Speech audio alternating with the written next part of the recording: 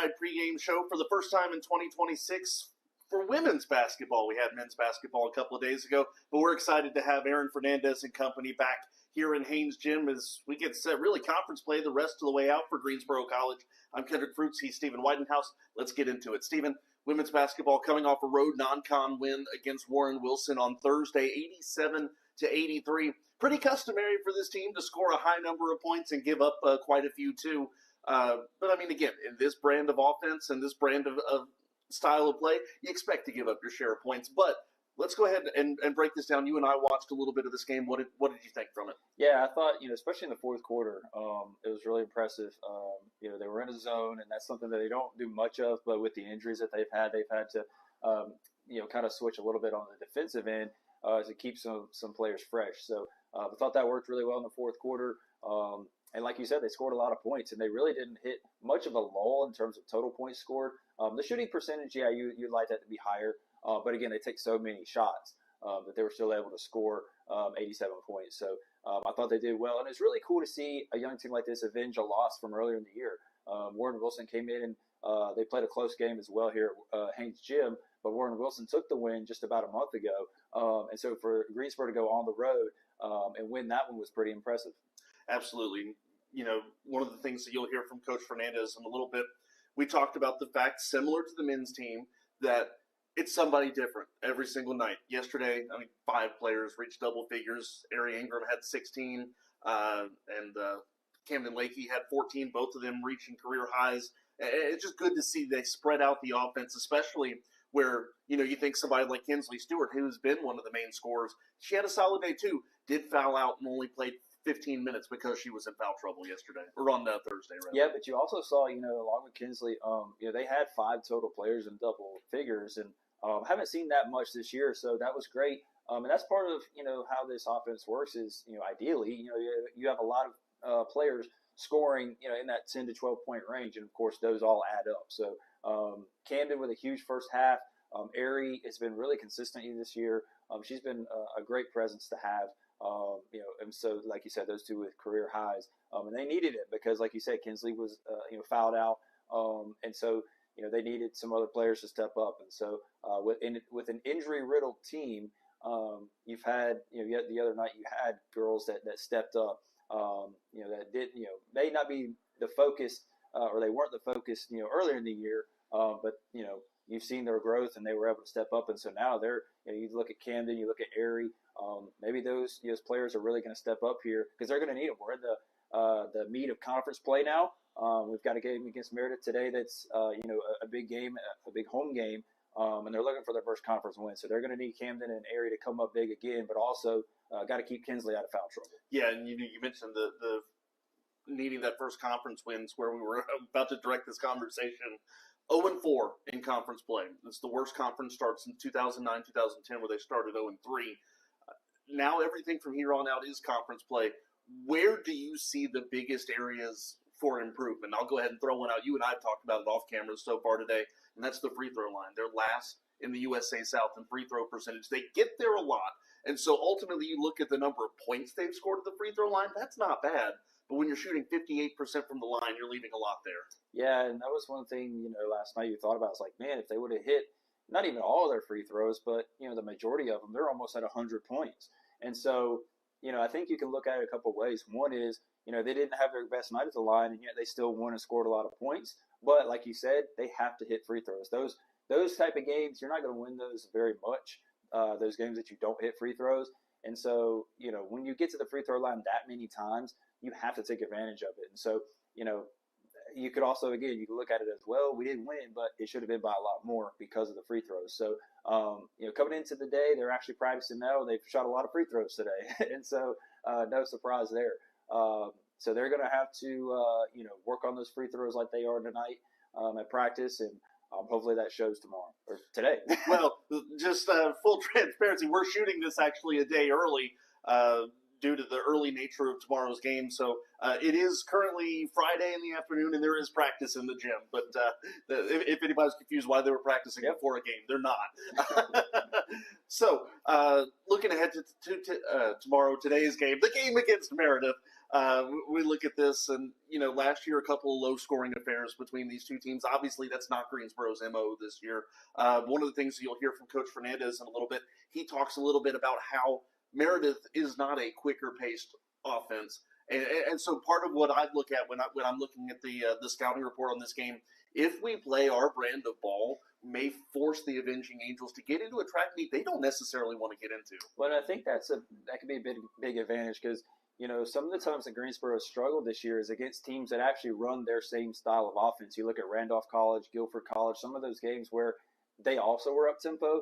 We just got outmatched. But in a game like today, you can really take advantage of a team, that doesn't want to go up tempo. That really they get uncomfortable when you go up tempo. And so it seemed like Meredith, you could take advantage of today, by getting up tempo. We'll see how they play defense. I think that'll be interesting because Meredith is a slower style offense. Do they go back to their man or do they kind of stay in their zone like they did against Warren Wilson? But from an offensive standpoint, yeah, I think you want to get Meredith to speed up as fast as possible, get them tired, and by the second half, you should be able to pull away. Last two questions, Stephen, and this one I want to go back to that zone a little bit. Obviously, that's not necessarily part of what Coach Fernandez wants to do with his style of play, but as you alluded to, the injuries kind of necessitate that. Does that change their offensive identity a little bit when you have to make that change defensively? I don't think it does much because, Coach Fernandez has told us even off camera, like, their offense is that's who they are. And so they're not going to really slow anything down. I think it's just one of the areas where, they could maybe find some struggles is rebounding because in a zone, it frees up the offense a little bit more to crash the boards because you don't maybe not necessarily have one particular person that you're boxing out. As soon as the shot goes up and you're in that zone, you're trying to find somebody to box out. So outside of that, though, I mean, once they get the rebound off, defensively, they're going to still push the pace. And so I don't think it slows them up too much. And I know Aaron, he doesn't want him to slow up at all. He wants to go as fast as possible. And we'll see, from here on out, that depth is going to be tested because of the injuries that they've had. But still, part of their identity is going fast, and so I don't think that's going to change. All right, lastly, we'll take a look at keys to the game. Normally, I'll let you go first, but I'm feeling selfish today, so I'm going to go first. The two that I'm looking at from the offensive side of things, we just mentioned it a moment ago, I think it's to get out to a quick lead and go ahead and push that issue and make Meredith play up to your style and your tempo as well. I think this Greensboro team, although they are injury depleted, they're still deep enough where they can run quickly, they can make those substitutions, and so I think being able to jump out to a big lead quickly, I think would be the key to success. Now, the interesting thing defensively that I'm looking at for today, 3 straight games for the Pride, they have not faced a team that shot a lot of threes. In fact, I think the most threes attempted in these last 3 games has been 10. So we're not seeing that a whole lot, but we've seen Greensboro struggle to defend that. I mean, I think of North Carolina Wesleyan on Tuesday, they only shot 8 threes, but they made 4 of them. So the percentage not great for Greensboro defensively from beyond the arc. I'd like to see that cleaned up a little bit. Well, also defensively too, we've got to not give up the easy baskets, and sometimes it's going to happen if you get a turnover and a quick fast break. But a lot of times, the other team will kind of get some free cutters to the basket and kind of get some easy layups. So like you talked about with NC Wesleyan, they scored 90 points and only hit 4 threes. So that kind of tells you, there's some other issues going on defensively. So I think, hopefully as the year goes on, this team will continue to get better defensively. They're making adjustments, and maybe that zone is going to help them out. Well, we got a little fun clip here coming up for you. We were joking about practice a little bit ago. Stephen and Greensboro College volleyball player Grace Young were out there shooting some practice. They got Coach Fernandez mic'd up. So this is what practice sounds like under Coach Fern following a victory heading into today's game against Meredith. And then we'll have our interview with Coach Fernandez coming up here in a little bit as we get you set for tip-off between the Avenging Angels and the Greensboro College Pride here on the Greensboro College Sports Network.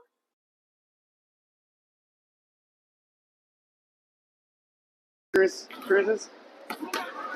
Yeah. Oh, that's why y'all were debating it. I mean, try it for yourself and see what you think. I don't like mine. You were dreaming of being a college basketball player, I think, at this point last year. And now you're here, and you're doing it. All right, swing, swing. Here we go. Swing, swing. Hey, defender here, I need you to smother this. I need you to smother this because no one's going to play us like this and just let us dump in the post. Next up, next up, next up. Taya Simpkins! Be intentional with your hand placement. That's the last thing I'm telling you to do, okay? Let's go. 2 and rotate. Come push on me. Push on me. No, I can't give up. I might get pushed, but I'm not letting her around me. I'm not letting her around me. Okay? Here we go. Swing, swing. Swing, swing. It's fine. Then we don't overreact if we miss one. Leave it for the next one. Did you get pushed around by a senior? No, senior. I want senior on freshman again. There we go. Happy birthday to you. Man, that day to be mic'd up to have to sing. That's not going to sound very good.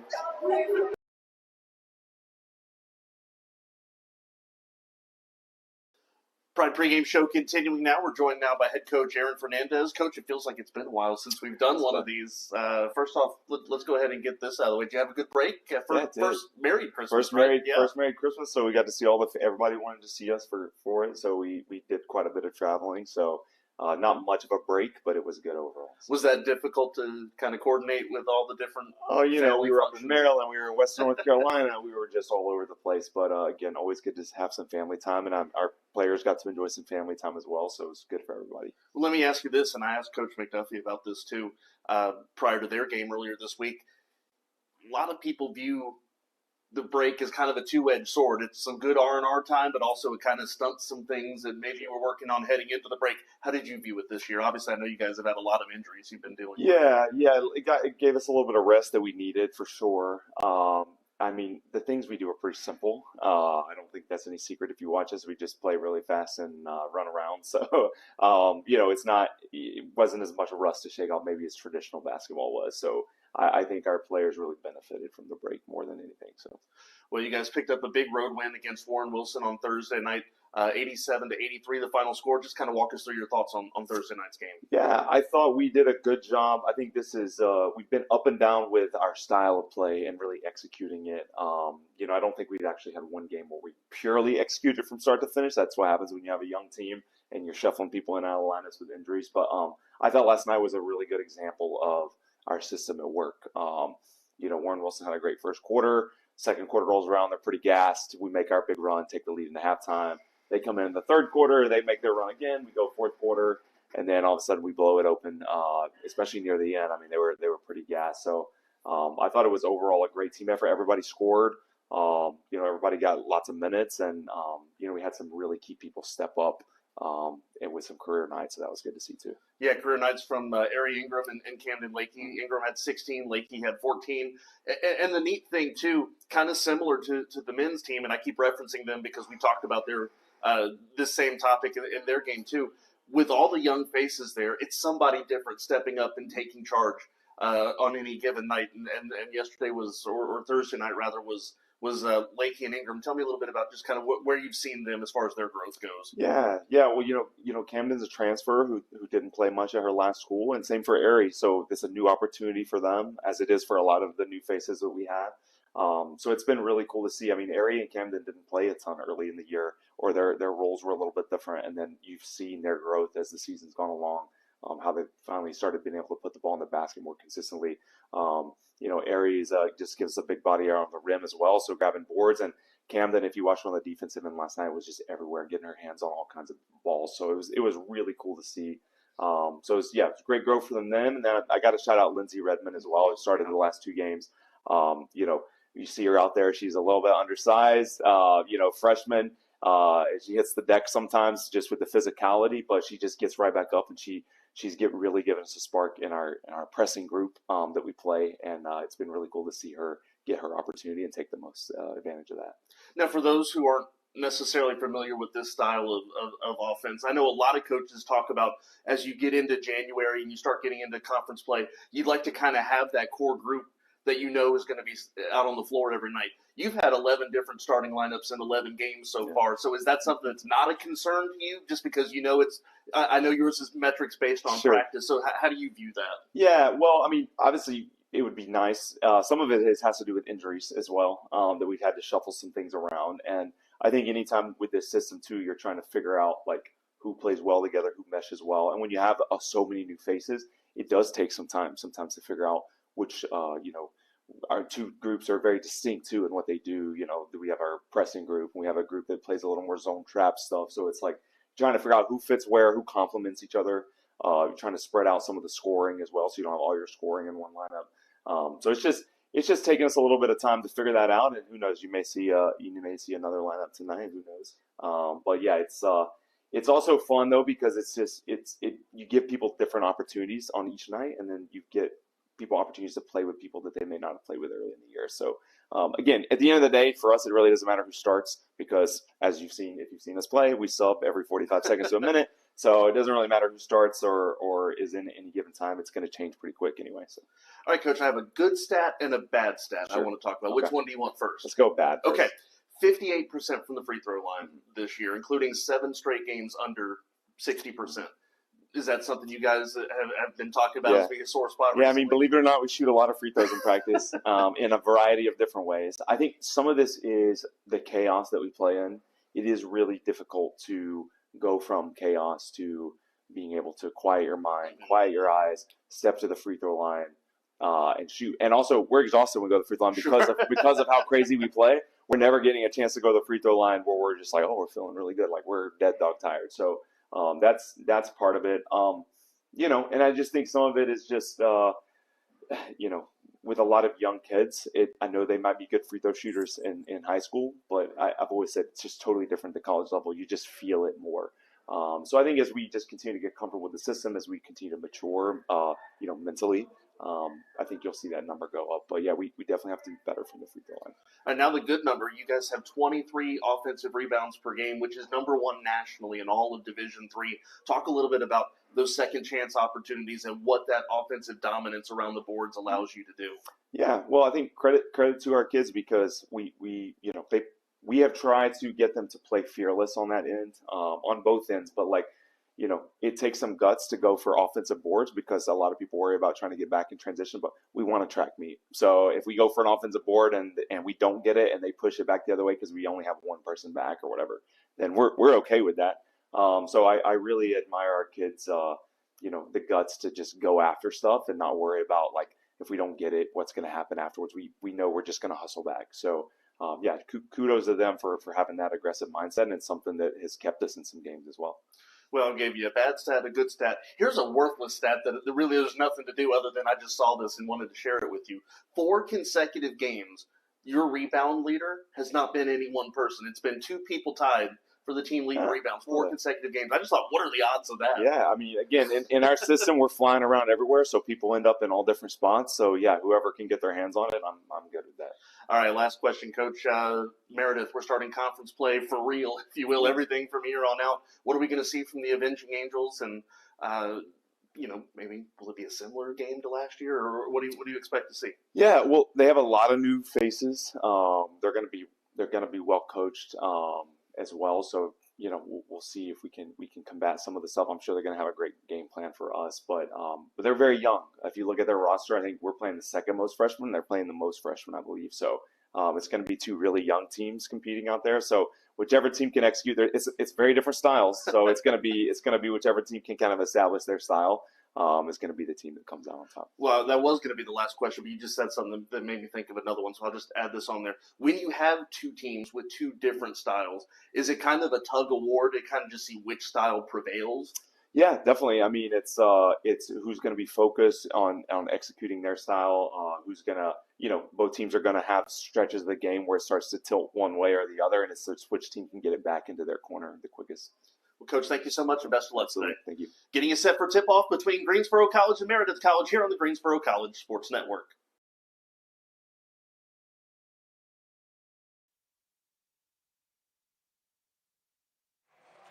Well, it's already becoming a logjam in the battle for one of the final postseason spots in the USA South this year. Greensboro College, Meredith College, both finding themselves in that logjam. And so, yes, while there is still plenty of basketball to be played this year, this is a very important one for both of these teams looking to establish their position as they try to fight for a tournament berth. Good afternoon, everyone. Kendrick Fruits here with you from inside Haynes Gym in Greensboro, North Carolina for today's USA South women's basketball action. Let's go ahead and take a look at today's starting lineups. First off, for the visiting Avenging Angels of Meredith. Number 1, guard Molly Zuberg. She's a freshman from Raleigh, North Carolina, averaging 8.2 points per game. Also number 4, she's a guard, a sophomore, Leanna Nose from Fuquay Varina, North Carolina, averaging 9.6 points per game, and that is the team high for Meredith this year. Number 10, Skylar Setzer. She's a freshman guard from Newport, North Carolina, with 6 points per game. To her credit this year, number 10, Jamie Bevins, a freshman forward from Fairfax, Virginia, averaging 3.3 points per game. And number 30, Emmy Baber, a senior guard from Morehead City, North Carolina. She is averaging 6 points per game. And for Greensboro College, your starting lineup, number 10, Lindsay Redmond. She's a freshman guard from Kernersville, North Carolina, averaging 1.7 points per game, making her second start this year. And number 12, Kinsley Stewart. She's a freshman guard from Marion, North Carolina, averaging 13.1 points per game. That leads the team. Number 14, Taya Simpkins, sophomore guard from Wake Forest, North Carolina, averaging 5.5 points per game. Carrie Carr, she's a freshman forward from Beulahville, North Carolina, averaging 4.9. And Jenks Irvin, the transfer sophomore from Averett University. She's a forward from Columbia, South Carolina, averaging 5.8 points per game and 7.5 rebounds per game.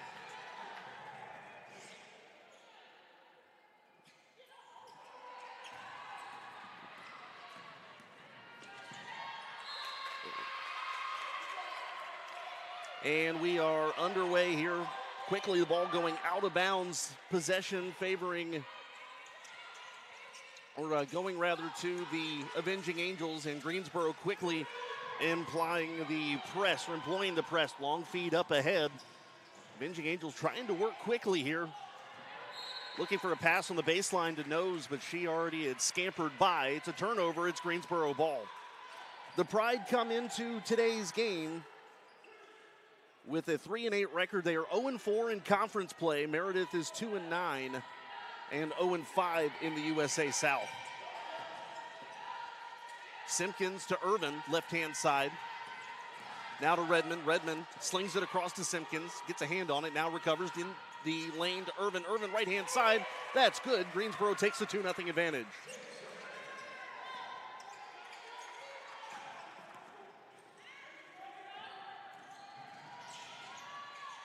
This one up top for Meredith. Now they kick it out. Chance for a 3. Irvin gets up in the air. Baseline floater, no good. And a whistle. This is coming up the other way. A foul on the Avenging Angels. It'll be Leanna Nose.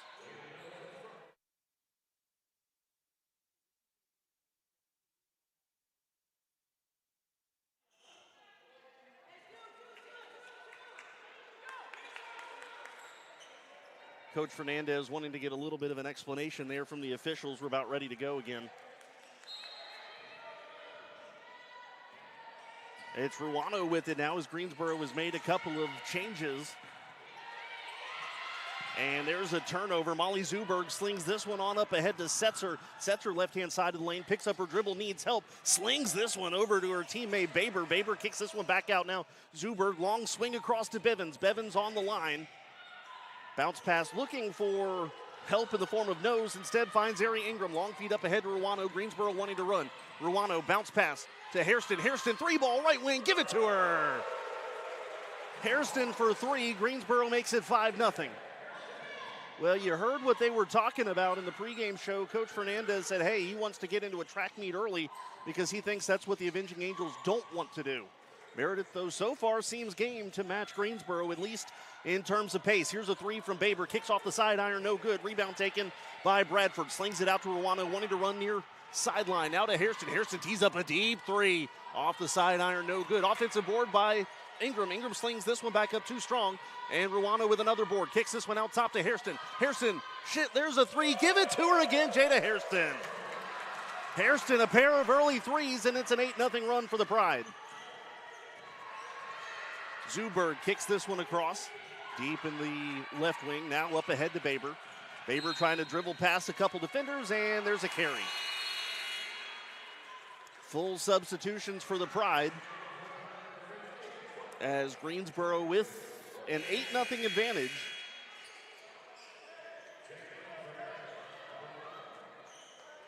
And we'll see a lot of fresh faces here. One thing we mentioned in the last or needed to mention from the last offensive possession, something you'll see from Greensboro a lot is the offensive boards. Here's Simpkins, pull-up jumper. That's good, just from the right of the free throw line. 10-0 Greensboro, and that's going to force Meredith to call a timeout as Greensboro has come out running. 7:27 to go in the first quarter. We've got a 10-0 score. We'll step aside on the Greensboro College Sports Network.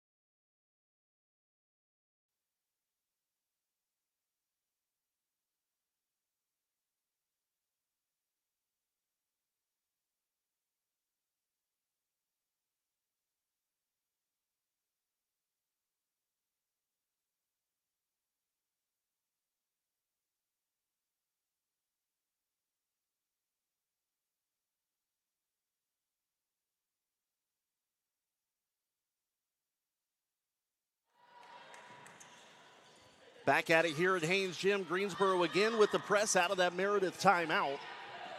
Zuberg trying to get around Carrie Carr. She does now. Kicks this one over to the right wing.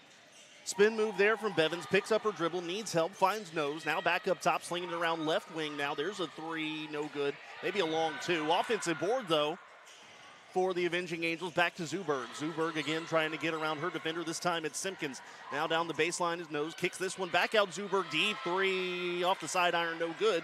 Rebound boxed out by Irvin. The Averett transfer slings this into the middle of the court. Looking for Carr. Carr was not looking for it. Zuberg will come away with the turnover. Picks up her dribble. Slings this one up top. That's Bevins. Bevins working far side now. Gives it to Lackland. There's a turnover. Well, almost. Kinsley Stewart almost got to it.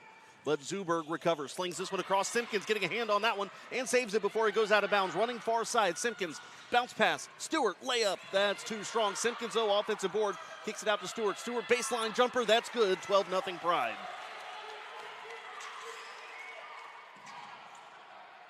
Again, the press from Greensboro. Again, Meredith wanting to run. Slings this one up to Bevins up at the top. Now across to Zuberg.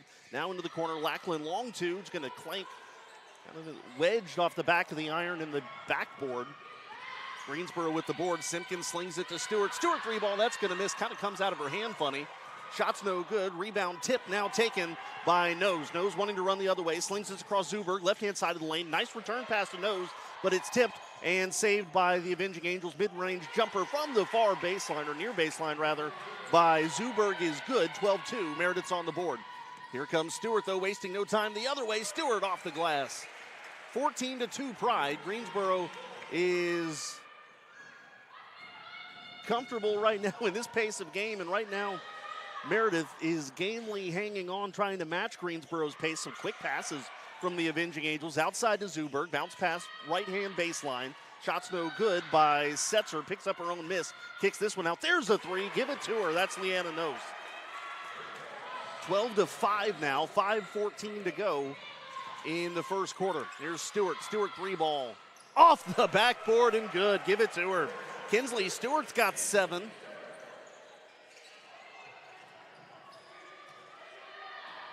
Nose will work past the timeline, trying to split a couple defenders. Nice layup there, Leanna Nose.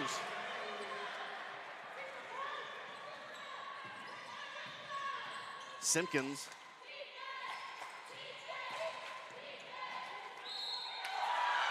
And Greensboro with another pair, 17-7.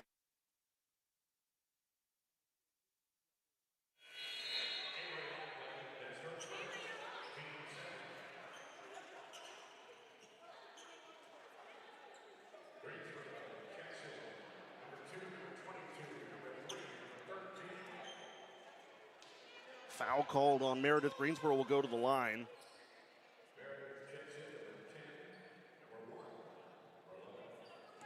So Irvin will go to the stripe. Foul on Lackland. Irvin free throw is good. 3-point play. Makes it 18-7 Pride. 4:42 to go first quarter. Up ahead, Setzer to Lackland. Lackland off of the back iron, no good. Tatum Bradford with the rebound.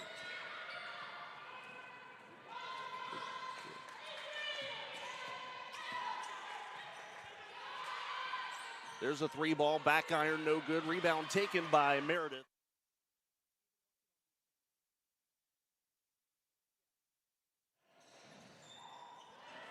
And there's a block there. I think Ingram got a hand on it. Unfortunately, I think they're going to call a foul on her in the process. Yes, they are. Ari Ingram.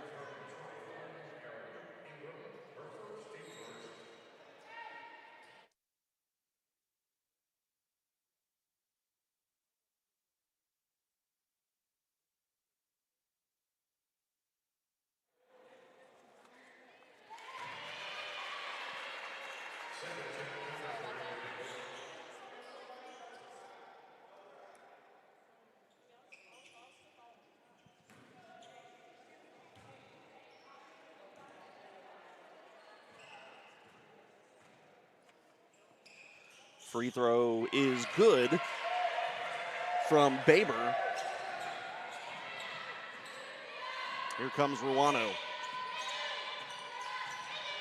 Ruano looking for Bradford. Across to Ruano now, into the corner, it's Lakey. Lakey, three ball off the side iron, no good. Rebound taken by Baber. Lakey, one of two Greensboro players to set career highs in points their last game against Warren Wilson. Nice layup there for Setzer. Makes it 20-11. Hairston down to Ingram. Ingram, one of the other Greensboro players to set a career high. She had 16 on Thursday. Hairston getting around a couple defenders, kicks it out to Bradford. Bradford, three ball. That's going to miss everything there. Might have been a contested shot. Loose ball taken, Ruano. Ruano sends this out to Hairston. Up top to Lakey. Lakey tees up another three. That's good. Camden Lakey for three makes it 23-11. Long feed up ahead to Lackland. Lackland looking for help, finds her in the form of Baber. Now up top, slinging it around far side to Setzer. And down low, shots no good. Greensboro wanting to run again, it's Bradford. Bradford a bounce pass to Hairston as they cross the timeline. Slings it across Ruano. Ruano tees up for three. That misses, but taking the rebound there is Lakey. Kicks it back out to Ruano. Up top, Hairston, straight away, uncontested three. Swings around, no good. Rebound taken defensively by Caitlin Lee. And now running the other way, Baber pass to Lackland. That's good. 23-13 to Bradford for the Pride. Bradford spin move, tries to put up a contested shot in the lane. Rolling back iron, front iron, no good. Defensive rebound, Baber, and here comes Zuberg. Zuberg, long feed up ahead for Meredith. And a turnaround jumper, good on the baseline by Setzer. Setzer's got a good stroke. She's got 4 points today, 23-15, 2:20 to go first quarter. Bradford to Lakey. Lakey three ball from the left wing, too strong. Fighting for the rebounds, Ruano tipped it, but steps out of bounds. Trying to throw it off of Lackland, but could not do it in time. Substitutions coming here both ways. Greensboro right now shooting at 45% from the floor.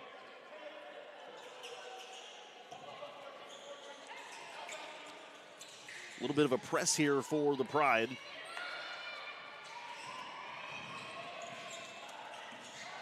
That one almost gets away from the Avenging Angels. Setzer, though, with the right hand, working right-hand side of the baseline and a carry.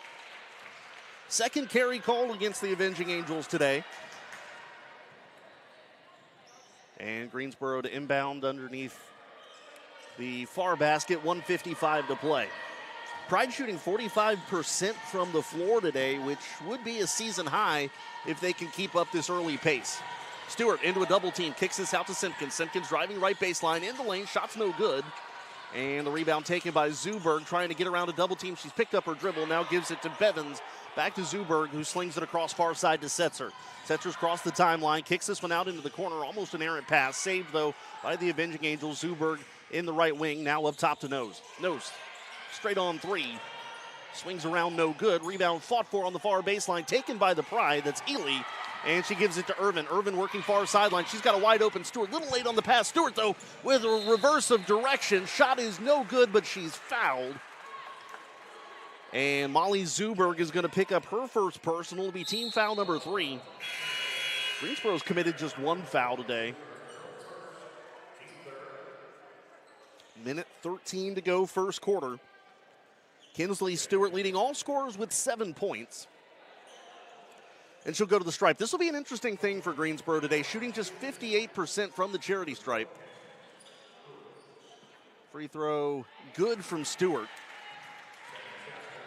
Kinsley Stewart leading Greensboro this year. We mentioned the 13.1 points per game with 8 points already today. Seems well on her way to getting past that average. Second free throw up and rattles home. 25-15 with 1:13 to go in the first quarter. Press coming again for the Pride defensively. Nose to Zuberg. Zuberg slings this one on up ahead to Bevins. Up to the far side, that's Setzer. Setzer trying to work on Lakey. Thought about a mid-range jumper. Sends it back to Zuberg, right wing. Zuberg in the lane, now kicks it up top to Nose, trying to drive right side of the lane. Getting past contact. There's going to be a foul called, I think, on Hairston. Yep, Hairston's going to pick up the foul, and it will send Setzer to the line. Check that. It'll send Nose to the line. She's got 5 points today. Mentioned leading the team with a 9.6 points per game average. That free throw good.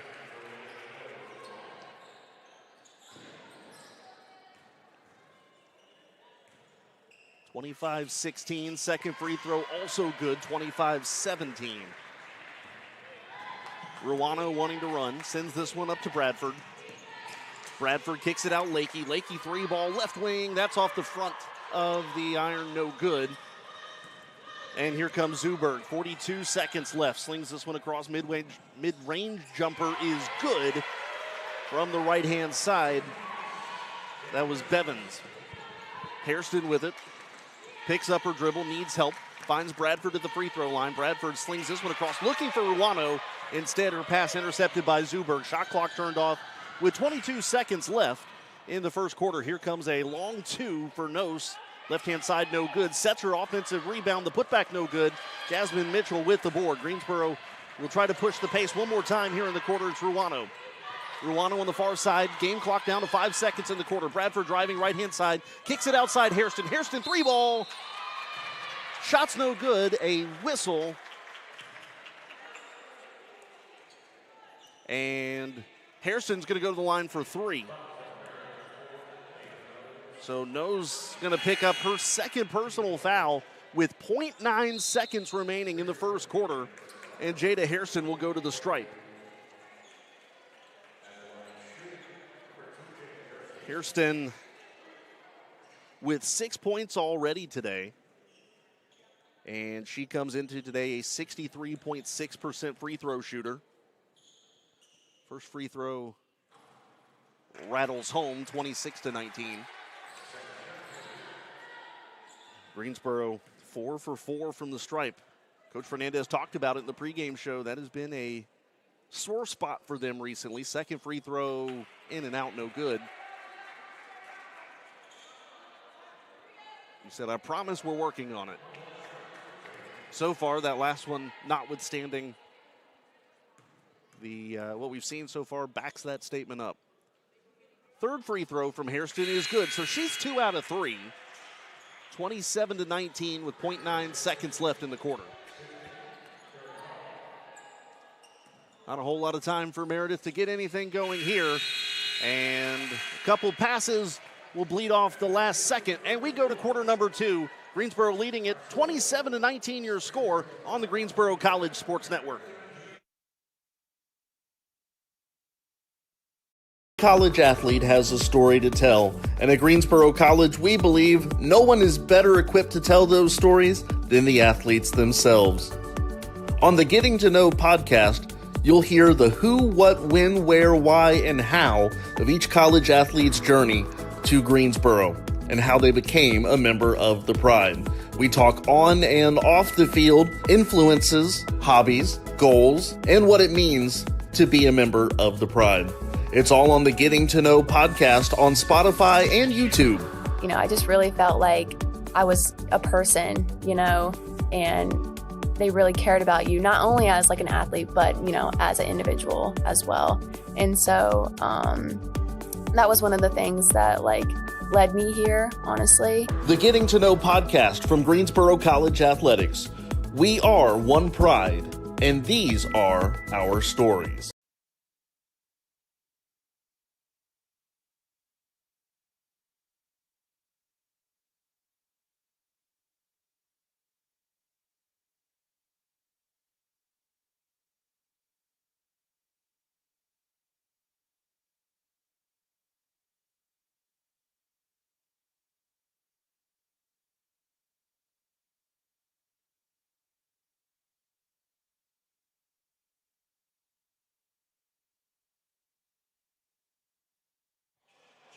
Back at it here, started the second quarter, Meredith with possession, and they started off with a sling across to the far side.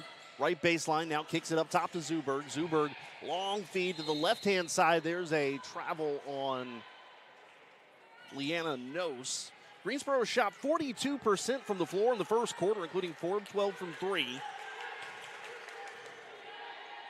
Actually, those may update a little bit. Our stats are a little bit behind right now, so we'll try to get that caught up. Jinx Irvin, bounce pass into the lane, carry Carr up and down. Okay, now we've got an update on the stats. Greensboro shot 41% from the floor, 4 of 13 from 3, and 5 of 6 from the free throw line. There's a whistle and a foul. It's going to be on Stewart. Kinsley Stewart picking up her first personal.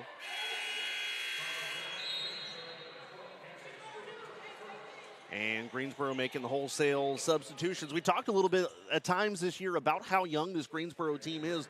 For as young as they are, even more so this Meredith team, 7 of the 12 on their roster are freshmen this year. In fact, only just 3 juniors or seniors for the Avenging Angels. Emmy Baber, the only one on this Meredith roster to play against Greensboro the last time these two teams met. There's a foul. I think it's going to be on Ingram. Yep, Ari Ingram's going to pick up her second. Baber played 12 minutes, picked up 3 rebounds February the 12th of last year. 9:20 to play here in the second quarter. Driving into the lane, a bounce pass there, getting past Harrison. Nice job by the Avenging Angels working their way into the basket. Now a loose pass. Bevins was looking for help. Nobody was there. The Avenging Angels maintained possession. A sling down into the lane. That layup no good from Baber. There's a whistle underneath the basket.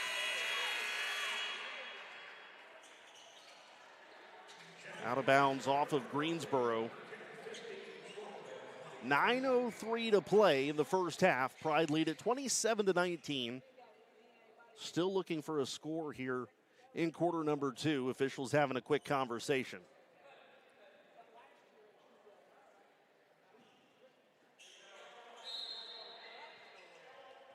Meredith inbounds now up top to Setzer. They sling it across. 6 seconds left on the shot clock. Here comes a 3-ball. Rattling around, no good. Irvin with the board. Good attempt there from Setzer. Greensboro wanting to push the issue again. Still looking for the first basket of quarter number 2. Simpkins into the lane. The floater in. Taya Simpkins. Simpkins has 4. It's 29-19. There's going to be a foul on Lindsey Redmond on the inbound.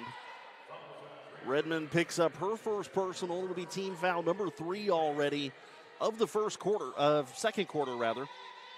8:36 to play. There's the inbound. Greensboro again employing the press. Here comes Meredith, though, wanting to push the issue. Taya Simpkins getting in the way of that one. Goes out of bounds off of Simpkins' hand, so Meredith will inbound. Greensboro looking for their 4th win of the year, coming off that 87-83 road victory, non-conference against Warren Wilson. There's a 3. That's good. Molly Zuberg hits from downtown. Just the second made three for the Avenging Angels today. This one kicked outside to Redmond. Redmond now picks up her dribble, needs help, finds Stewart. Stewart trying to get a little bit of separation. That one off the side of the backboard, no good. And a jump ball called for, arrow to Greensboro. Kinsley Stewart saving that possession. Taps her shoulder, says, my bad, on that three-point attempt, I think. 29-22.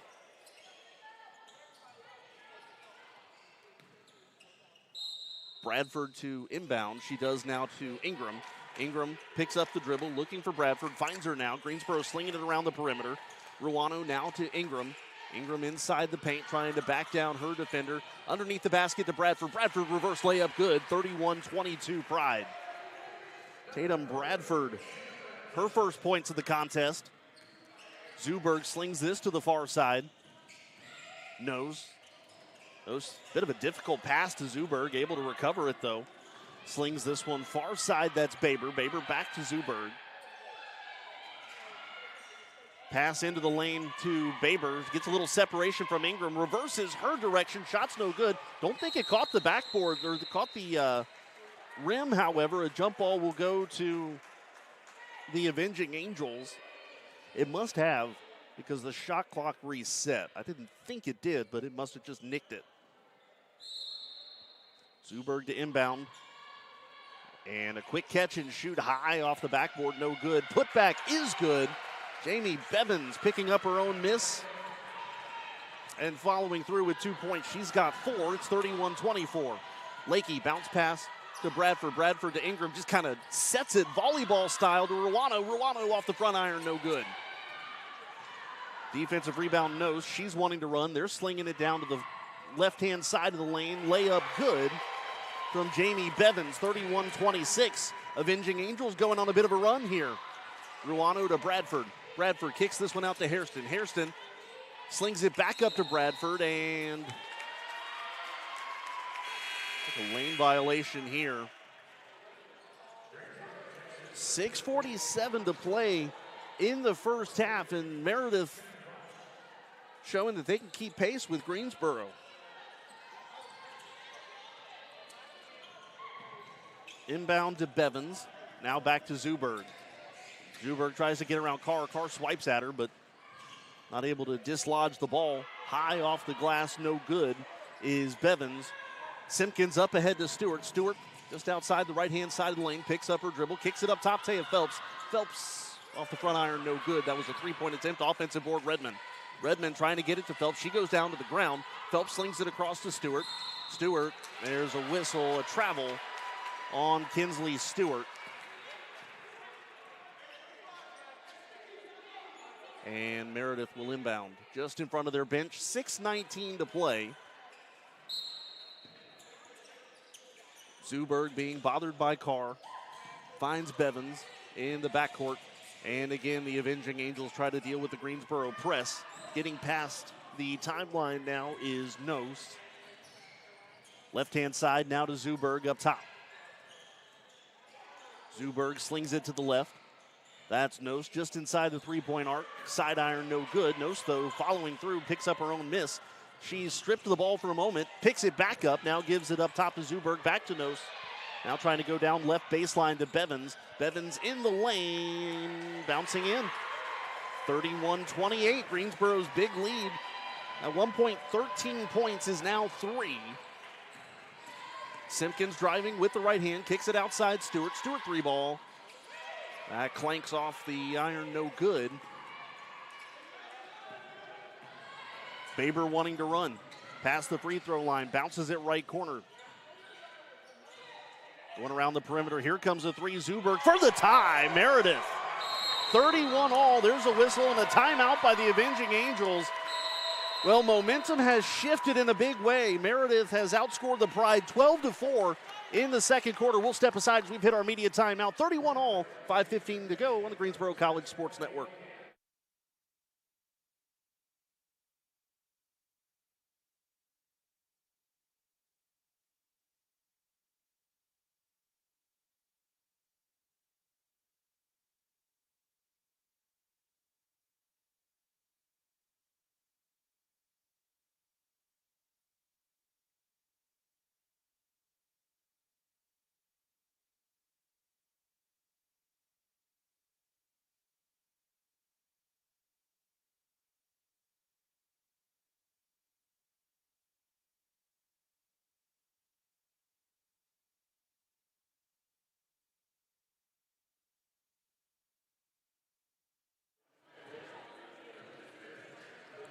Greensboro College Athletics is proud to announce a new sponsorship with Country Barbecue. Country Barbecue has been in business since 1975 and is now a preferred restaurant partner of Greensboro College Athletics. Check them out today on Facebook, Country BBQ.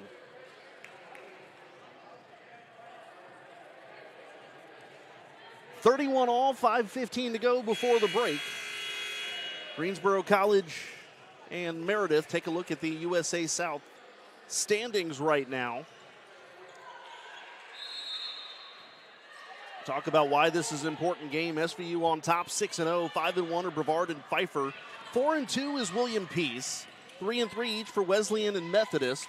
Let's pause that for a minute. Pass down into the lane. That's Bradford. Lost it, got it back. Kicks this out to Hairston for 3. Off the back of the rim, no good. Loose ball, though. Mitchell had it, but there's a whistle. Mitchell's going to be called for the foul. That's how she got to that loose ball. So then you've got Mary Baldwin 1-4. Meredith is 1-5. Greensboro is 0-4. And Salem is 0-5.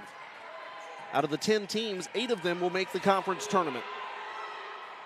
Long feed down low, a block by Bradford. Tatum Bradford to Lakey. Lakey picks up the dribble, back to Bradford. Bradford driving left-hand side of the lane. Floater good. Greensboro regains the lead, 33-31.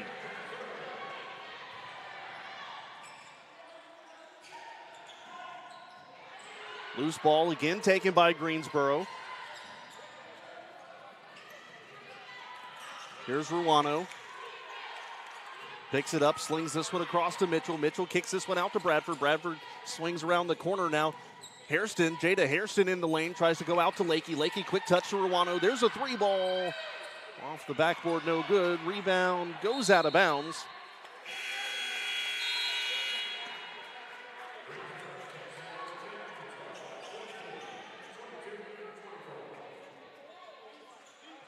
So Meredith to inbound, that's Zuberg.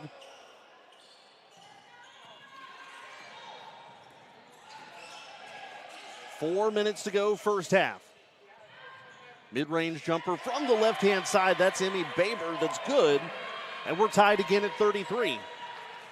Simpkins to Irvin, high into the corner, off of Redmond's fingers, goes out of bounds. Meredith an opportunity to take the lead, which would be the first lead the Avenging Angels have had today. 3:48 to go.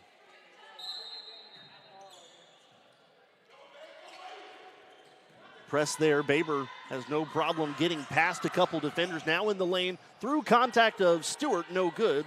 Rebound by Irvin, tries to sling it out to Sturvin, taken away though by Lackland.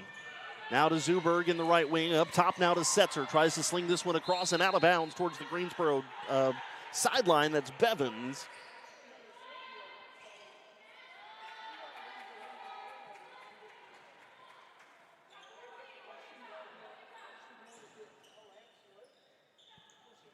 Inbounds this one to Zuber. 13 seconds on the shot clock, 3:30 to go in the half. Picks up her dribble, tries to go up top. That's Baber driving left-hand side, high floater, no good. And Simpkins will box out for the rebound. Simpkins wanting to run. She's got Stewart open in the right wing. Stewart tees up a 3-ball. That's going to clank off the front of the rim. Rebound taken by Bevins. Greensboro now 0 of 5 from downtown in the second quarter. Zuber, there's a deep 3. That one's no good. Simpkins soaring for the board, and I think maybe took an inadvertent elbow to the face in the process. Lackland is going to pick up her second personal. Team foul should be number 2. Team foul number 1, actually.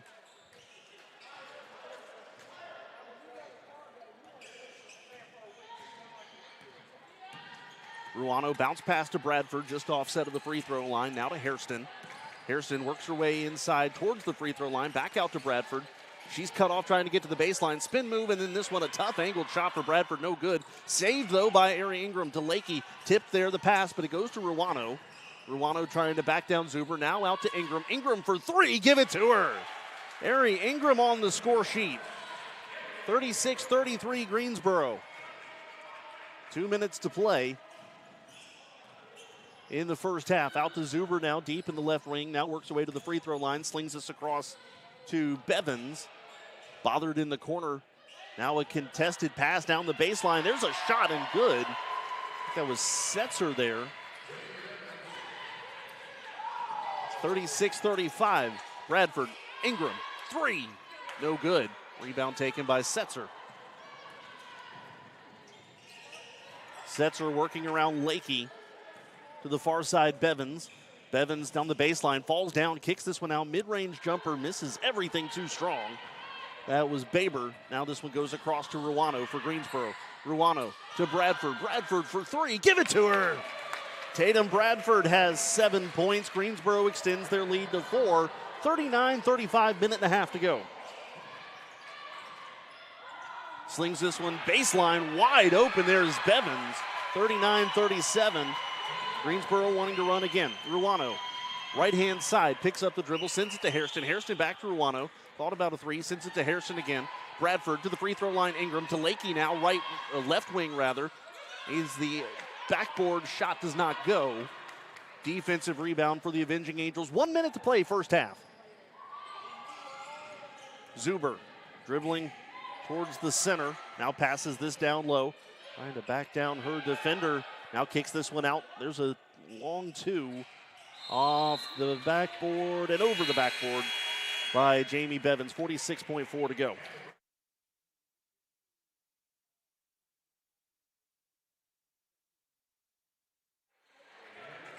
.4 to go. Greensboro will probably know how to turn that into a couple possessions if they can get a quick turnover, a quick stop defensively in between the two. We'll see how Coach Fernandez wants to play it. Simpkins waiting to get Zuber in the air. Now to Phelps. Phelps a three ball. Give it to her, Taya Phelps. 7 threes in the game for the Pride. 30 seconds to go. Greensboro will get one more possession most likely. 42-37. Long feed across for the Avenging Angels. That's Setzer. Setzer trying to weave in and out of traffic. There's a jump shot. Holland no good. Offensive board though by Bevins and the putback. 42-39. 10 seconds left all day for this Greensboro offense. Simpkins gives this one out to Stewart. Thought about a three. Now to the free throw line. Bounce pass down low. The mid-range or the short floater there by Kerry Card. Good. And that will do it for the first half. Greensboro with a little bit of a late flurry. And they have regained the lead. 44-39 at the break. We'll break it all down here at halftime as well as take a look at what else is going on around the conference when the halftime show begins. 44-39, your score at the break on the Greensboro College Sports Network.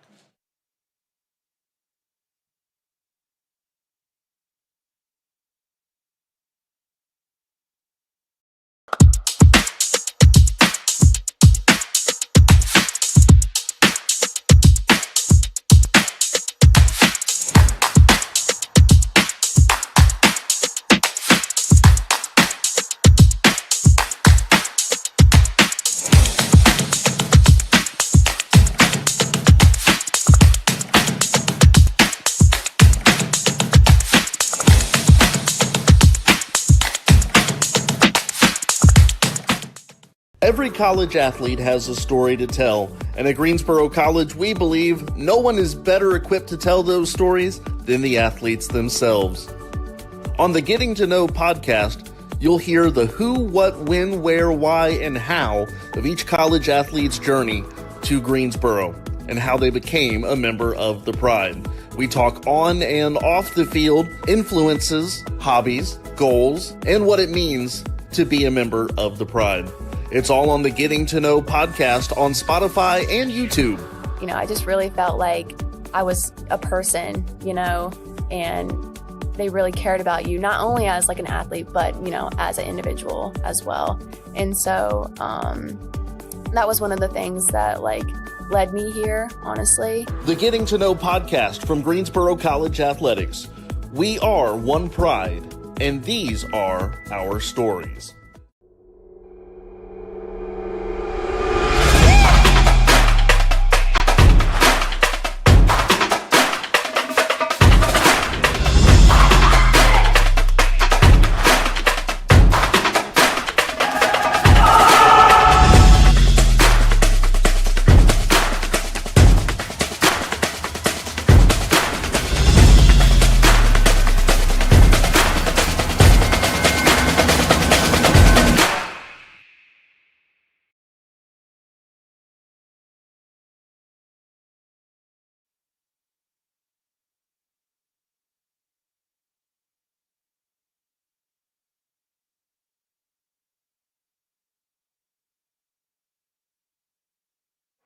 Halftime at Haynes Gym. Greensboro College a 44-39 lead over Meredith at the break. And, you know, we talked about it in the pregame show. One of the big keys we thought for the Pride would be to get out to a quick lead and build an early lead and force Meredith to play a game we didn't think they wanted to play. We've got to give the Avenging Angels some credit. Meredith has certainly come out here game to the task, and they have certainly matched Greensboro for the majority of this first half, but the Pride lead it by 5 at the break, 44-39. Let's take a look at what else is going on around the USA South today. A full slate of women's basketball, and everybody started at 2 o'clock, so we're all more or less in the same spot right now. William Peace on the road at Brevard. Pacers lead at 29-27 at the break, led by 9 points from Inslee Perry. Perry 4 of 7 from the floor today, and again, William Peace, a 2-point lead at the break. Southern Virginia, 3 minutes to go until halftime. They've got a 30-14 lead on North Carolina Wesleyan. SVU on the road in this one. In second quarter, they have outscored the Battling Bishops 13-3 to build a 16-point lead. 17 seconds before halftime, and Pfeiffer leads Mary Baldwin 32-17. Two players with 6 points for the Falcons. Lainey Bethel leading all scorers, though. She's responsible for 11 of Mary Baldwin's 17 points as they roll on towards halftime. Speaking of halftime, Methodist at the break over Salem, 30-16 the score in favor of the Monarchs. They are led by Kayleen Grulon with 7 points, and she leads the team with 5 rebounds as well. So that's a look at the USA South.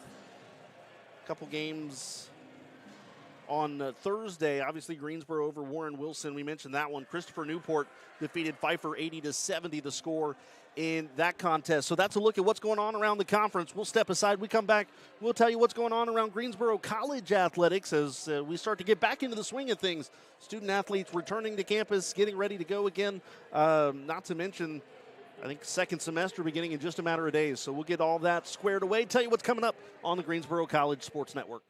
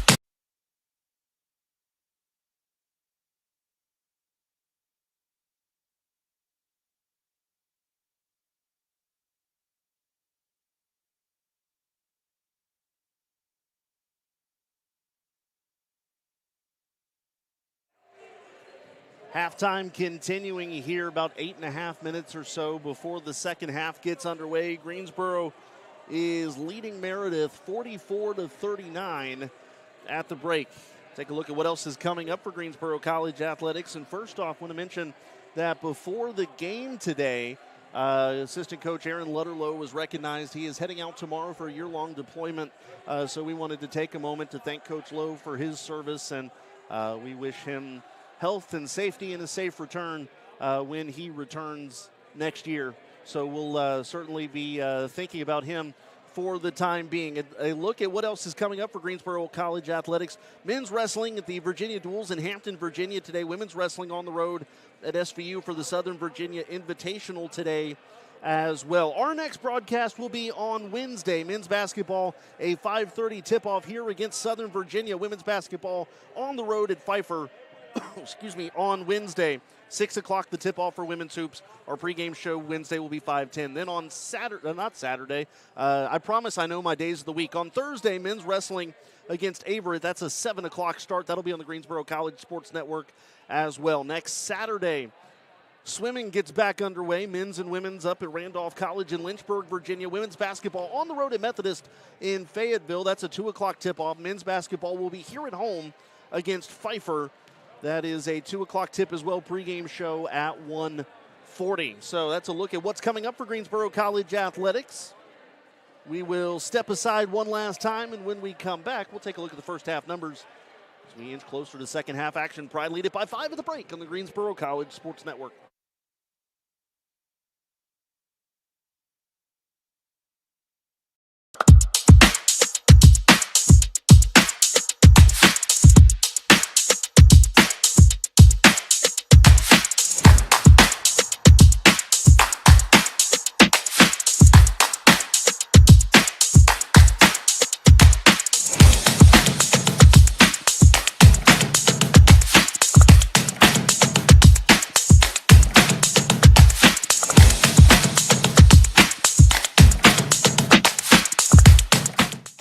Every college athlete has a story to tell, and at Greensboro College, we believe no one is better equipped to tell those stories than the athletes themselves.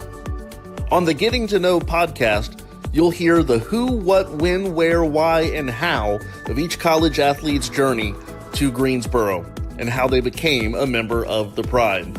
We talk on and off the field, influences, hobbies, goals, and what it means to be a member of the Pride.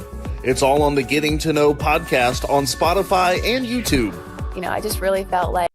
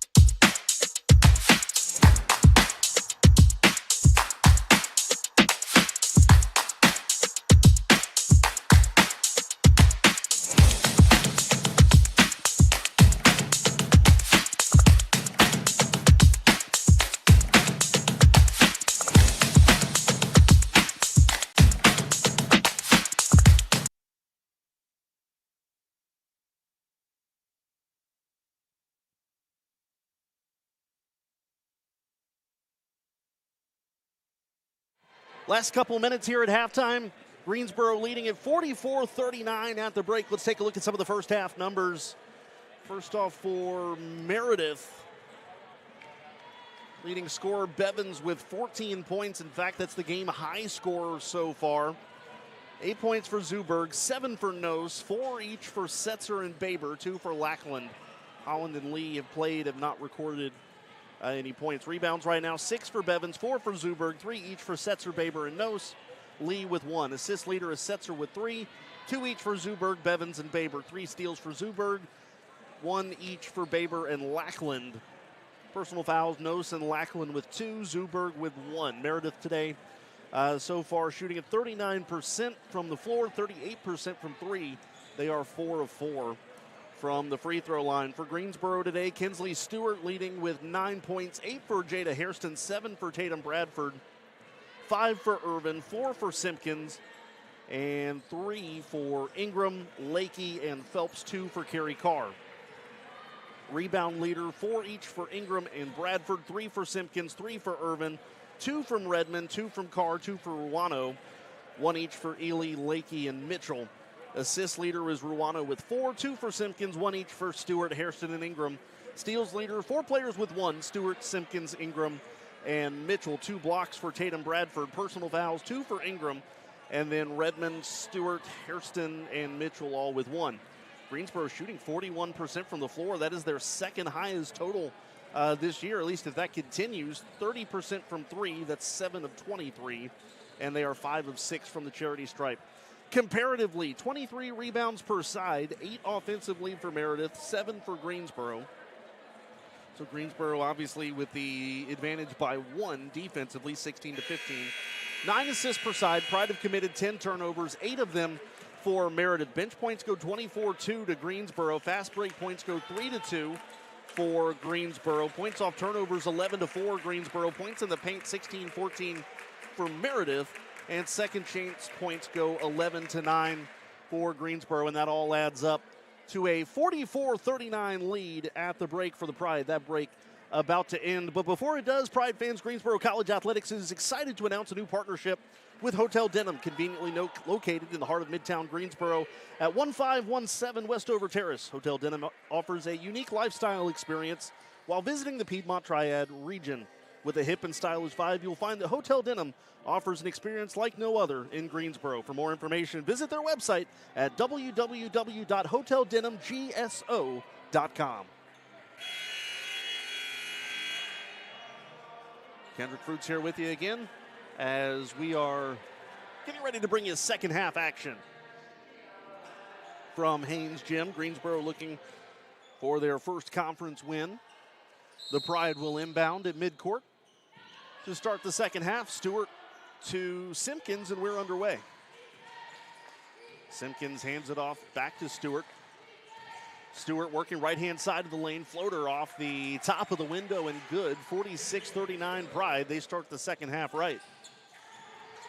Carr, quick hands, almost forcing a turnover in the backcourt. Zuber, though, gets this one up ahead to Setzer. Back to Zuber.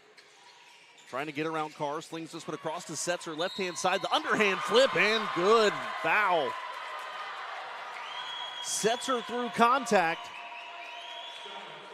Foul called on Jinx Irvin. That will be her first. And so a three-point play opportunity for Setzer.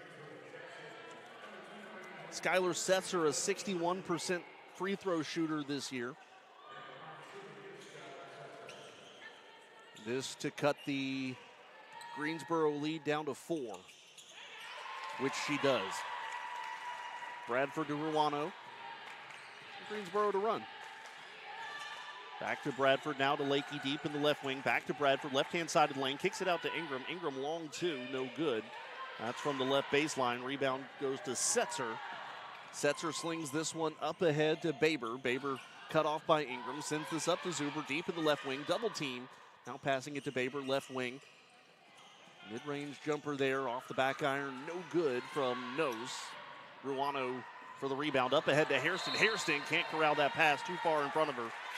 And it's a turnover, the 11th for Greensboro. 1 minute gone in the third quarter.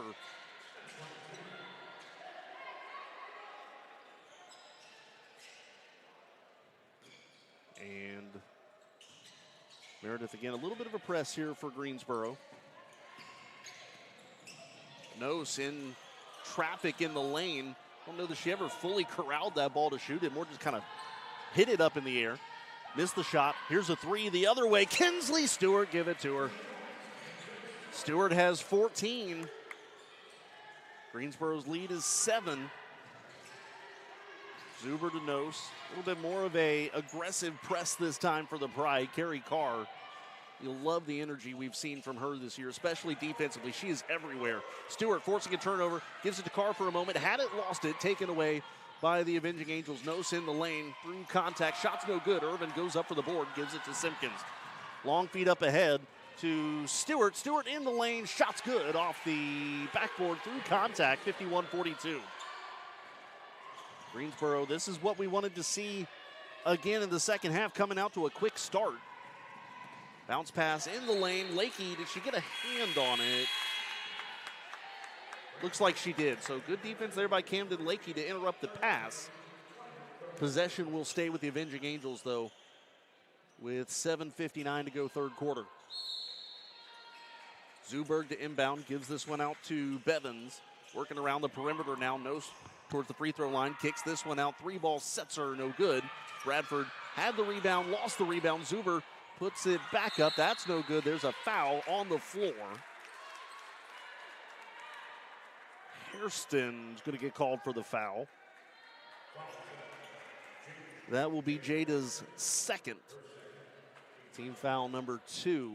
51-42 your score with 7:47 to play. Again, foul on the floor.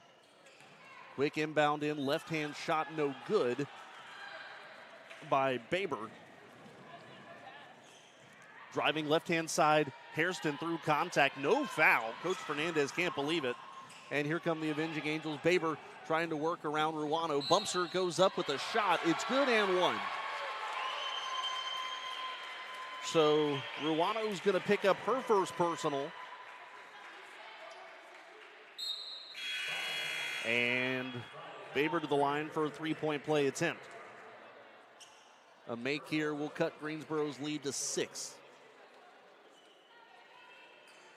Fernandez saying, so you can call a foul on this end, but not the other end, I think is the gist of his argument. And a very perplexed look by the coach. I don't know that he was fully satisfied with the explanation. But we play on. Free throw good, 51-45. Three-point play for Baber. She's got 7. And Greensboro quickly in the front court. 3-ball from Bradford. And that's how you respond quickly for Greensboro. Bradford hits her second 3 of the game. She's in double figures with 10, and it's a 9-point lead again. High off the glass there by Bevins. Good job to float up with that one, 54-47. Ruano dribbling with the left hand, bounce pass down low to Mitchell. Mitchell kicks it back out to Ruano. Now into the corner, Lakey fakes a 3, fakes a drive. Now sends it back out around the perimeter. Ruano to Bradford. Bradford to Mitchell at the free throw line. Mitchell a couple dribbles, contested shot in the lane, bouncing off the back iron, bouncing in. Jasmine Mitchell in the score column, 56-47.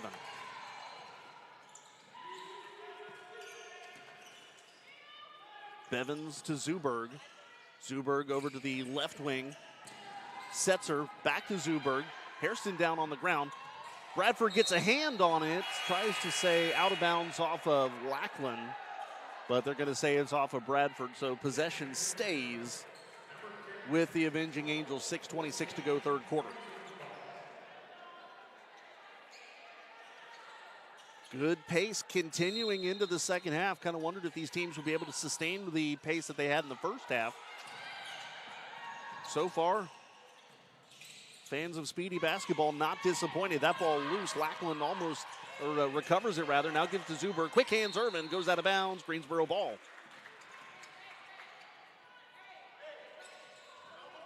Irvin will inbound to Simpkins.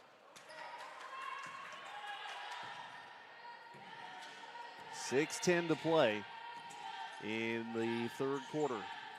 Simpkins dribbling right hand, kicks it into the corner. Stewart. Stewart is tripped up.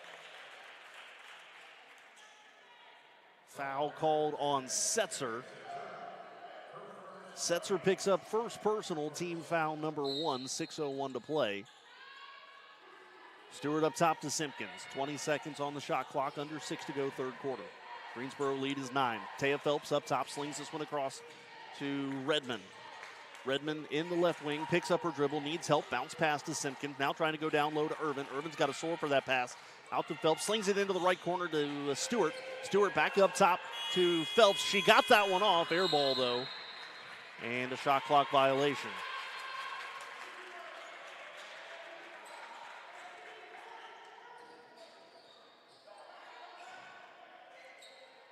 Zuber to inbound. Greensboro with a heavy press this time, tipped on the return back to Zuber, but she gets it. Long feed up ahead. I think she was looking for Lackland, but instead, oh, there's a block from Jinx Irvin. Bevan stepped in front of that pass and tried to sling it across the lane. Jinx Irvin with a rejection, though. Here's Stewart. Stewart, 3-ball. Give it to her. Kinsley Stewart. She's got 19. There's a foul called on Stewart. So that'll be Kinsley's second personal. Greensboro's lead is 12, 5:15 to play. Team foul number 4 against Greensboro. Kinsley Stewart's career high as a freshman is 23. She actually hit that mark in her debut against Virginia Wesleyan back in November. She's already 4 points away from matching that mark. Here is a tie-up and a jump ball, possession arrow to Meredith. 5:08 to go, third quarter.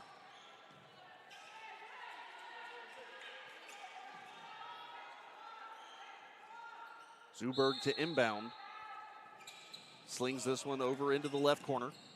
It's Baber in the lane. She's picked up her dribble. Lackland now out to Zuberg. Zuberg driving mid-range jumper from the right-hand side, no good. And Lakey with a rebound. Camden Lakey trying to deal with Zuberg. Spins around her. She's got a little bit of room to run now. Camden Lakey just at the free throw line. Now kicks it out to Ruano. Ruano back out to Lakey. Lakey's pass looking for Bradford. It's tipped by Zuberg, and Zuberg wanting to run.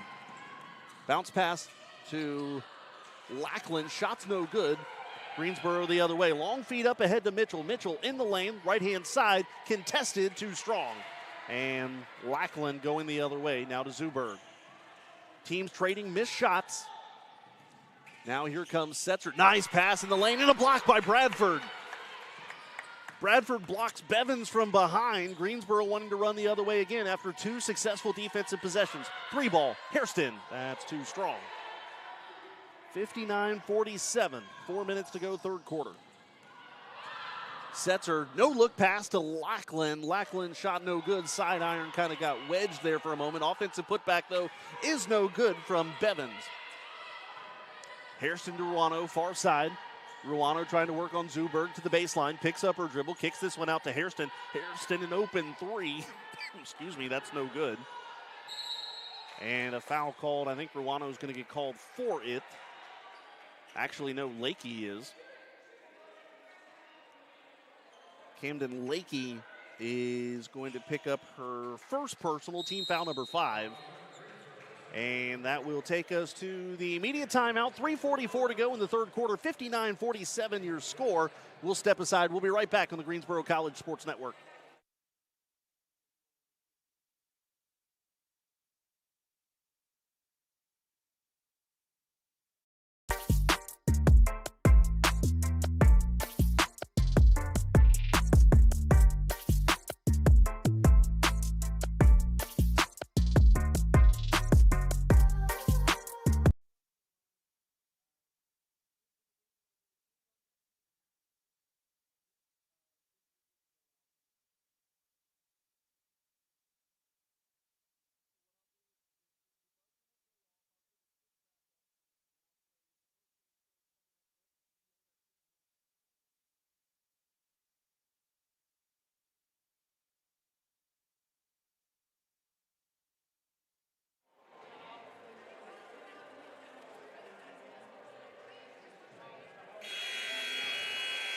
Greensboro College Athletics is proud to announce a new sponsorship with Country Barbecue. Country Barbecue has been in business since 1975 and is now a preferred restaurant partner of Greensboro College Athletics. Check them out today on Facebook at Country Barbecue. That's Country BBQ. 3:44 to go third quarter. Greensboro leading it by 12 over Meredith, 59-47 your score. Free throws coming for the Avenging Angels, a spot where they are perfect today, 6 out of 6 from the charity stripe. Zuberg with her first attempts. It's good. Molly Zuberg, a 77% free throw shooter this year. And second one rattles out. So 1 point there from the line for Zuberg, 59-48. Here comes Simpkins. Simpkins dribbling left hand, picks up the dribble, trying to find Phelps. Now over to Redmond. Redmond's pass through the hands of Zuberg. Loose ball, though, goes to Lackland. Lackland, quick pass to Nose. Nose with the layup. That's good. 59-50. 3:30 to go. Simpkins to Stewart. Stewart, three ball. Give it to her. Kinsley Stewart, red hot from downtown. 62-50. Kinsley Stewart, 22 points. She is 4 of 7 from 3. Driving left-hand side, Bevins picks up her dribble in the lane, needs help, gives this one out to Nose. Nose mid-range jumper, dies on the front iron, no good. Bevins, though, with the offensive board, she's tripped. No, a travel called. Stewart immediately looking to the official to see if she was about to get called, but it was a travel called instead. Under 3 minutes to go, third quarter. Greensboro's lead is 12. Their largest lead of the game is 13. So after the Pride saw career highs from Ingram and Lakey on Thursday, Kinsley Stewart is 1 point away from tying her career high. Ruano had a tough time getting that pass around Zuberg. Now they kick it out to Harrison, now to Ruano, back up top Bradford. Wide open, three ball, Bradford, give it to her! Tatum Bradford, 3 of 4 from 3. She's got 13 points. Greensboro's lead is 15. A high arcing three from Bradford. Now Meredith needing to respond quickly. Wide open underneath the basket. This pass to Nose off her fingertips. She's got to go back and get it now to Zuberg. Zuberg now to Lackland. Now passing this one down low. That's Holland. Holland tied up there. Good pressure by Greensboro defensively. Harrison on the run to the left-hand side. Harrison driving left-hand side of the lane. There's a foul called on Zuberg. Zuberg's going to pick up her second personal. Team foul number 2. Greensboro has outscored Meredith 21-11 here in the third quarter.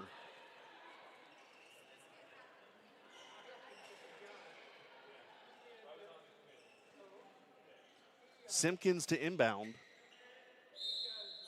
Irvin, Stewart, Carr, and Phelps, the others on the court for the Pride. To Stewart, kicks this one out to Phelps. Phelps three. Off the back iron, no good. Irvin soaring for the board, tips it, goes back to Simpkins. Simpkins down low to Jinx Irvin. Irvin in the lane, contested. That's good and one. Jinx Irvin with the flex. 67-50. She'll go to the line.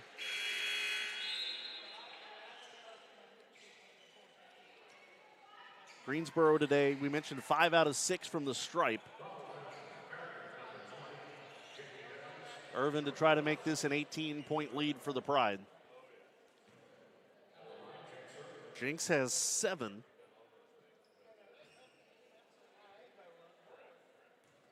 Two minutes even in the third quarter still to go. Irvin eyes the mark, and the free throw is pure. 68-50. Long feed up ahead to Lackland. Lackland tries to take it herself, had a teammate the far side. Loose ball in the lane. Carr, quick touch to Simpkins. To the corner, that's Stewart. Stewart thought about a three. Gets her opponent up in the air, moves three, give it to her. Kinsley Stewart, new career high. 71-50. Kinsley Stewart is feeling it. 8 threes. She has made 5. And that will be our bonus timeout. Here in the third quarter, Greensboro extends the lead to 21. 71-50 your score on the Greensboro College Sports Network.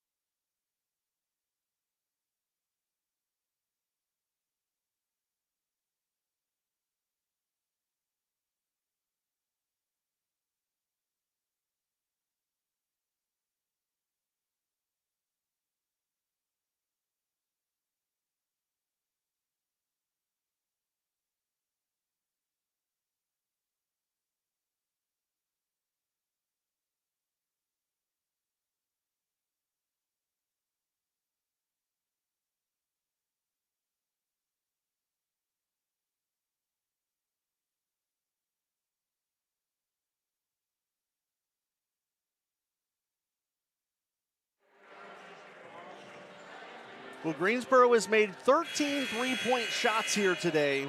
The program record in a game is 17. So record watch once again for Coach Fernandez and company. We'll keep an eye on that as the rest of this game unfolds. 71-50 the score. As Meredith in the front court passing this one down low. That one rattles around no good from Rosh, the freshman. There's a three. Give it to her. That's Zuberg for three. 71-50. Actually, yeah, 71-53. There's Ruano. Straight on three. That one no good off the back of the rim. Zuberg surveying the scene, throws this one down to Bevins. Bevins trying to back down Ruano. That shot no good. Rebound tipped for Rosh has it. Trying to force her way up, and she does. Emma Rosh, the freshman from Knightdale, makes it 71-55. There's a three-ball. Lakey a little too strong. Defensive rebound there by Bevins. 45 seconds to go, third quarter. Zuberg quickly working to the front court. Little stutter step in the lane. Shots no good. Rosh, another offensive board, muscling her way back up and in. 71-57, 33 seconds left. Meredith, a bit of a run late in the third quarter. Hairston trying to split through a couple defenders, has the ball knocked away. The Avenging Angels wanting to run again. Here comes Nose. Nose, left-hand side, trying to get around Bradford. That one too hard off the glass. Ruano with the defensive rebound. Ruano slings this one up ahead to Lakey. Lakey in the lane.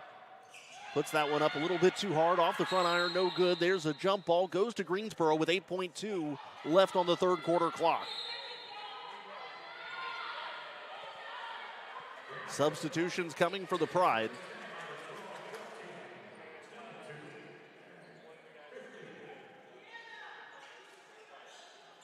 Kinsley Stewart's 25 points today. We say this as she checks back in, the most by any Greensboro player this year. Simpkins out to Stewart. Stewart a floater on the baseline, too short, and Bevins comes down with it. That one's intercepted, though, by Redmond. Redmond's three is blocked and a foul called with 1 second left. That is the second time today that Meredith has fouled a three-point shooter with a second or less left in the quarter. That happened at the end of the first quarter as well. So Lindsay Redmond goes to the line, looking for her first points today. She's got 3 boards. First free throw coming, and it's no good.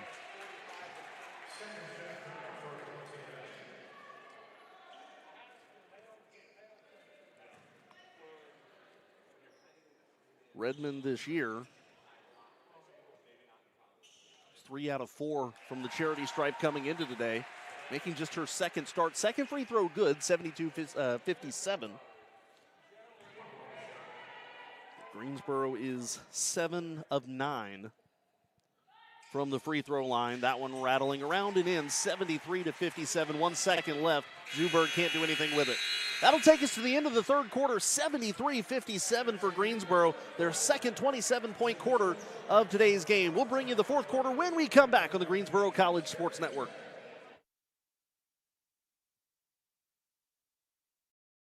Greensboro College.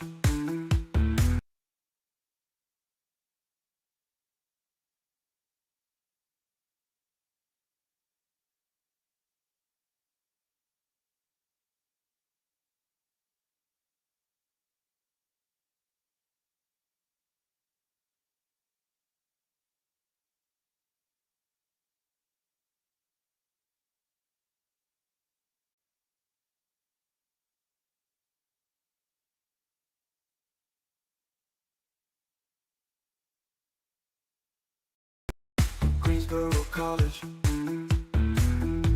Greensboro College. To Greensboro College.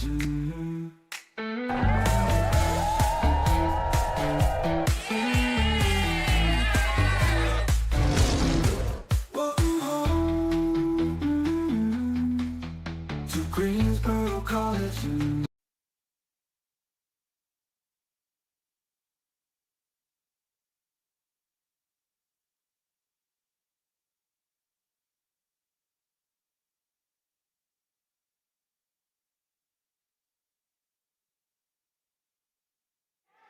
Fourth quarter underway here from Haynes Gym. Greensboro looking to make it back-to-back wins. We've got a 16-point lead. Rosh in the lane for Meredith. Too strong, trying to pick up her own miss, but it goes to Hairston as well. Hairston, a great job with that size disadvantage. Long feed to Ari Ingram. Ingram trying to send it back, but it's intercepted by Zuberg. Check that, that's Setzer. Setzer at the free throw line, slings it to Zuberg now, makes one miss, now kicks this one over just inside the right wing. Long two for Bevins is good. She's got 18, 73-60. Hairston crossing the timeline to Bradford, bounce pass to Ingram. Ingram trying to back down Rosh, picks up her dribble, bounce pass back out to Bradford, now kicks this one over to Lakey. Lakey back up top to Bradford. Bradford slings it into the corner. Hairston trying to drive right baseline. Now to Ingram. Ingram's got to fight for that loose ball. She does. Tries to give it to Ruano. She does. Now Ruano trying to fight for it on the far sideline. 5 seconds left on the shot clock. 3 ball there. Hairston. That's going to kick off the side iron. No good. And it goes out of bounds. Stays with Greensboro.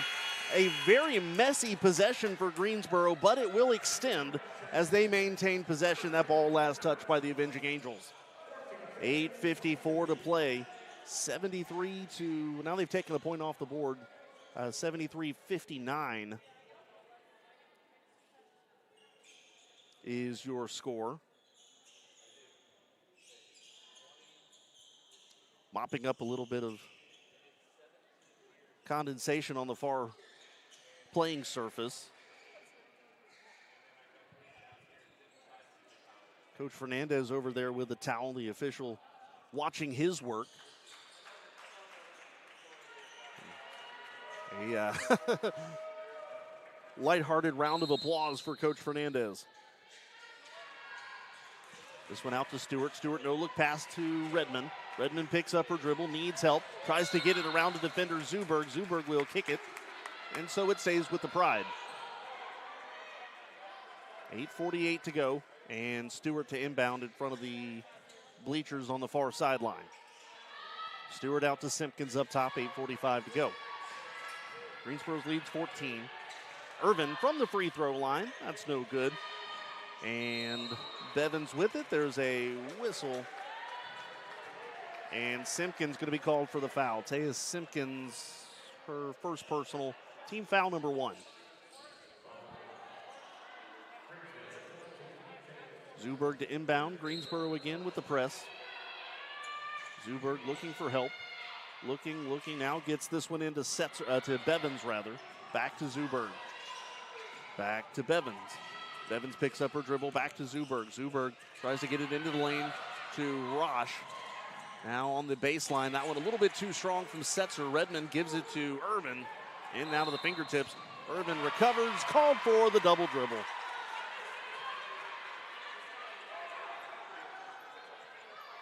$8:21 to play. Greensboro's lead is 14.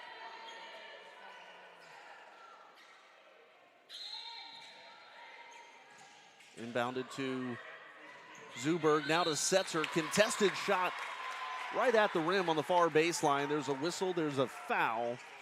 It's going to be on Redmond, picking up her second personal, team foul number 2 here in the first minute 45 of the fourth quarter. 73-59 the score. Setzer to the line. She's got 7 points. She's 1 of 1 from the stripe today. In fact, the Avenging Angels as a team, 7 out of 8. Both teams have made the most of their opportunities at the line today. First free throw good.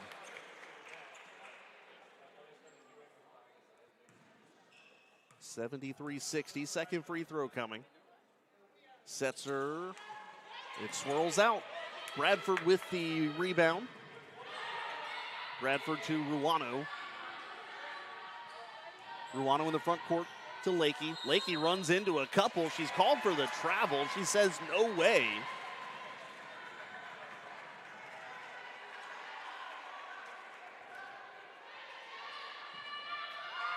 And here come the Avenging Angels. Zuberg with it. Picks up her dribble just shy of the timeline. Throws this one to Nose, out of bounds off of Nose's fingertips. So Greensboro to inbound now, 7:58 to play. Bradford inbounds to Hairston. Hairston crossing the timeline on the near side. Now dribbling to her right. Still has not been able to make any inroads yet. Now to Bradford. Bradford kicks this one out to Ruano in the right wing. Back to Bradford, right corner. Bradford 3-ball. That one's no good. Loose ball in the lane. There's contact between a couple players. And Mitchell is going to be called for the foul. Second personal for Jasmine. And Zuberg to inbound.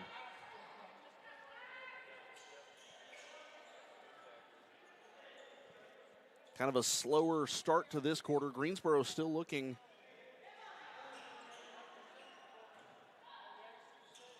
to really get things going offensively here in the fourth quarter through the first 2.5 minutes. Been outscored 3-0 by the Avenging Angels. They're going to need to set a little bit more of a pace than that as Meredith long feed down low to Rosh. Misses her first shot. Second is good. 73-62. Rosh on the putback. 7:15 to play. Simpkins to the corner. It's Stewart. Another three. Kinsley Stewart. 76-62. That is the 14th three-point make by the Pride today. And that is a season high for Greensboro. We'll step aside real.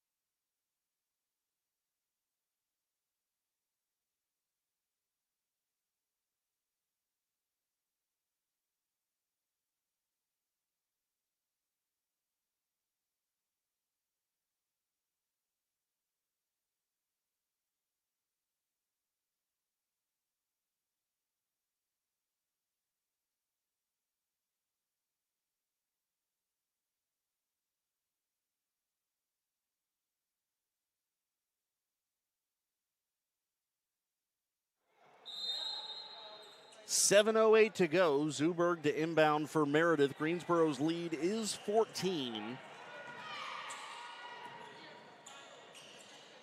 Nose trying to work on Bradford. Picks up her dribble, needs some help. Down low, it's Rosh. Rosh, no good. Goes up second time, but she's going to be called, I think, for the travel before the putback.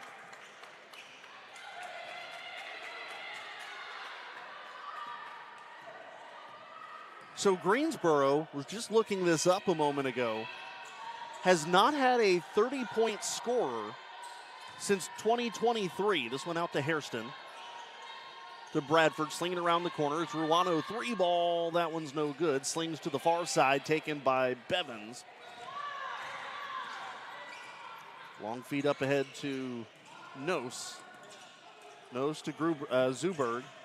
Zuberg trying to work around a double team. Now to Nose, slings it over far side Bevins. Back up top to Zuberg. Zuberg slings this one down low. And a quick touch pass to Rosh. That's good. Rosh with 8 points off the bench in just 5 minutes of work. Here comes Ruano to Bradford. Bradford, a little floater from the free throw line. No good. She goes down, gets up now, but no whistle. Zuberg with it, slings this one on up ahead. Running is Setzer. Setzer, a high floater off the glass. 76-66. Meredith now trying to go on a little bit of a run. Here comes Hairston. Hairston down to Bradford in the lane. Bradford, though, answers the other way. 30-second timeout, so we'll keep this one here. So, yeah, the last time that Greensboro recorded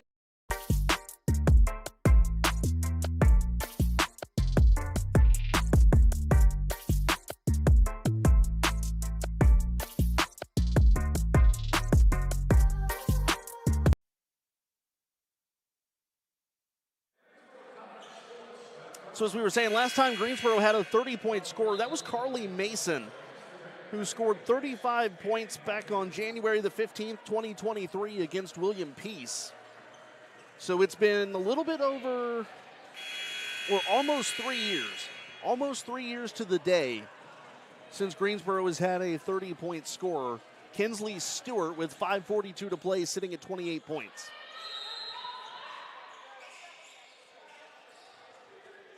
Out to Rosh on the inbound, sends this one up ahead to Setzer. Setzer on the run, trying to back down Ari Ingram. Now the floater, that's good. Setzer now with 12 points. 3 players in double figures for Meredith as they're down 10. Simpkins stopping on the center court logo. Now working to the far side, now trying to get it to Ingram. It's tipped by Rosh, and Setzer wanting to run. Setzer picks up her dribble at the free throw line. Actually had it knocked away by Stewart, but a little too much contact. Kinsley's going to be called for the foul. That's going to be her 3rd personal, team foul, number 4. No fouls committed by the Avenging Angels here in the 4th quarter. 5:16 to play. We'll have to wait for that 30-point scorer.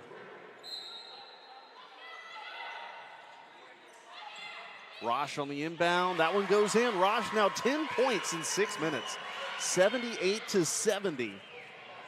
Bradford bounce pass to Hairston, slings it to Ruano just inside the 3-point line. That's good. Ruano's got her first points of the game after 5 misses, 80-70 under 5 minutes. Setzer slicing through the middle of the lane, kicks it out to Nose. 3-ball, give it to her. Nose has 12. That's the 4th Avenging Angel in double figures. Meredith 5 out of 11 from 3. Bradford spin move, gives her some separation in the lane. That one swishes home. Tatum Bradford 17 points. Zuberg far side to Nose, just barely kept that one in bounds by the length of a toe.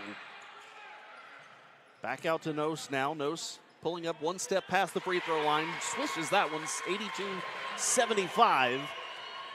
4 minutes to go. Meredith's going to have to keep the pace up here to the end, as Greensboro is certainly going to do the same offensively. Ruano, a pass looking for Bradford, a no-look pass that misses its mark and goes out of bounds. It'll be Meredith ball.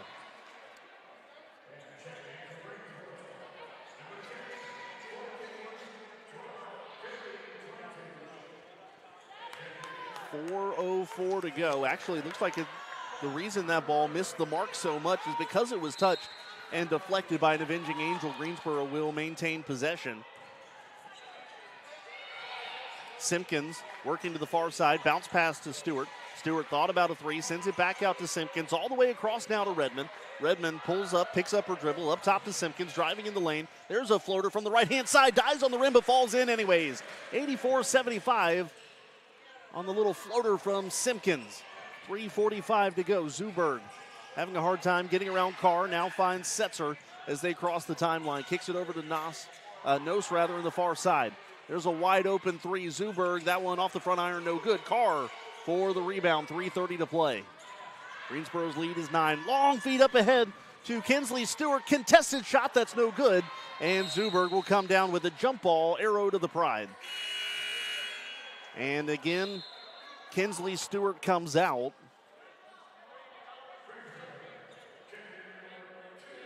And we will have to continue to wait to see if we get our 30-point scorer.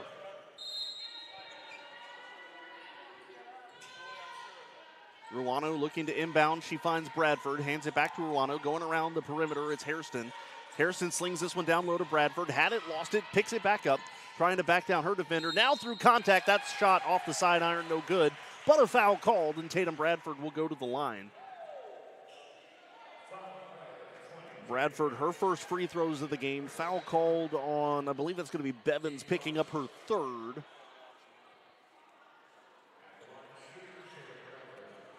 Bradford this year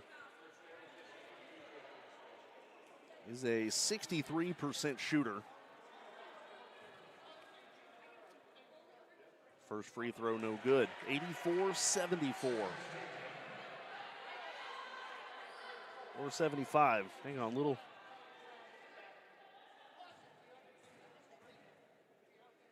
confusion, I think, on the number.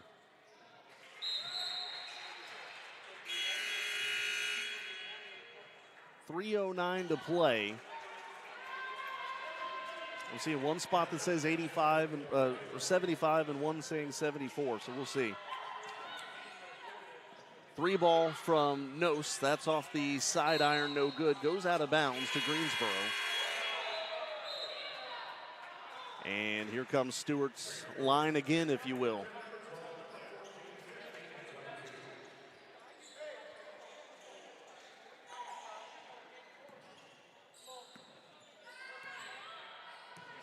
Simpkins into the front court, gives it to Irvin. Irvin picks up the dribble to Simpkins, kicks it out to Stewart. Stewart trying to get a little separation through a double team, back up top to Simpkins. Simpkins bounce pass to Stewart. Stewart, nice throw down low to Irvin. Irvin underneath the basket to Carr. Carr pushed out of bounds. Setzer's going to pick up her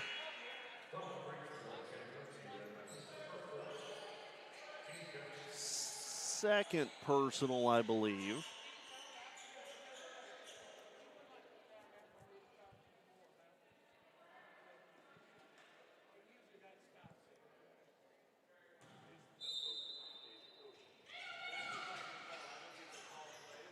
This one inbounded. There's a long 3, no good. Simpkins swatting at it, goes out of bounds, stays to the Pride.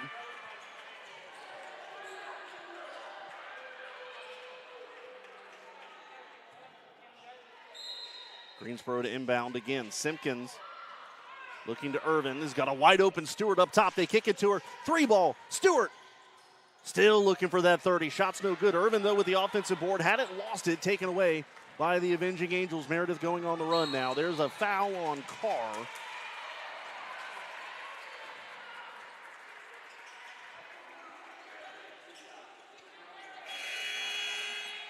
And looks like 74 is the number. So 85-74 as Carr is going to be called for the foul. 2:23 to play. Free throws coming for the Avenging Angels.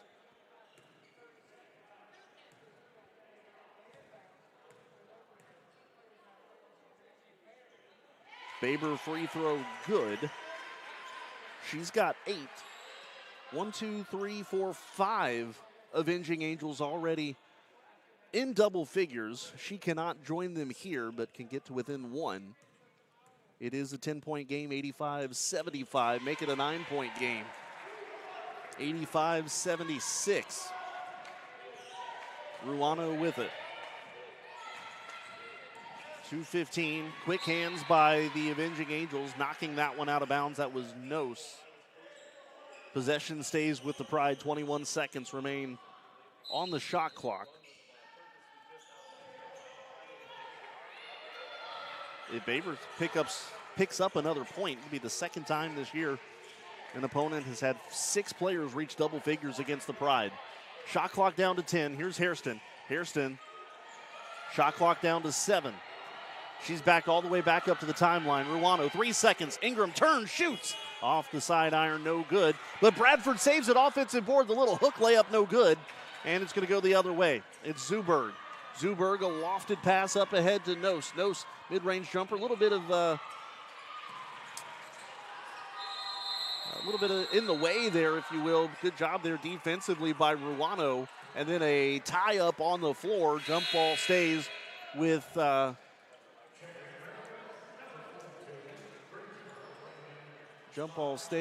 with the Avenging Angels, 85-76.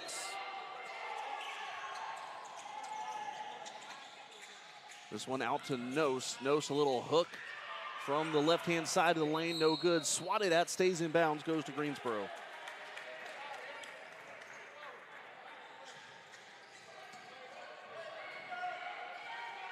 Here's to Simpkins, 85-76. To Irvin. Irvin loses it towards the basket, fighting for it on the baseline. She's got possession. And I think another jump ball called. Irvin and Roche got tied up there. Roche, rather, excuse me. 85-76, 1:18 to play.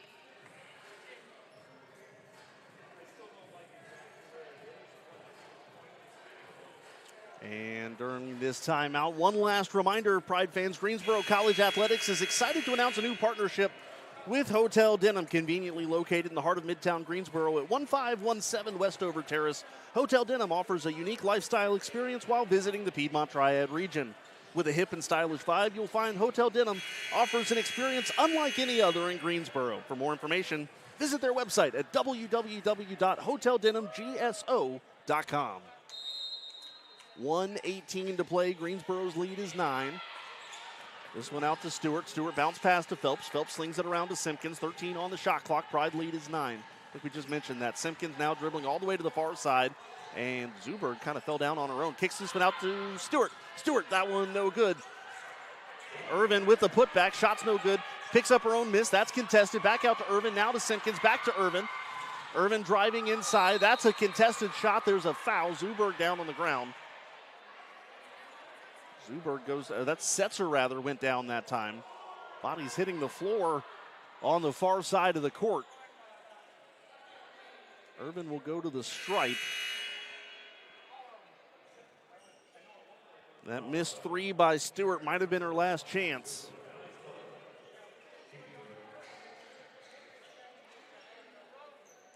To be Greensboro's first three-point shooter, a 30-point scorer in 3 years, 52.9 on the clock. Greensboro makes substitutions. Stewart comes out.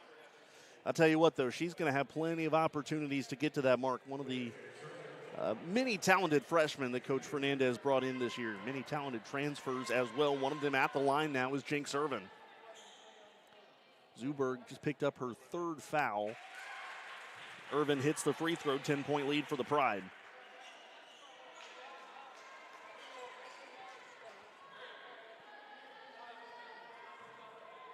Second free throw coming.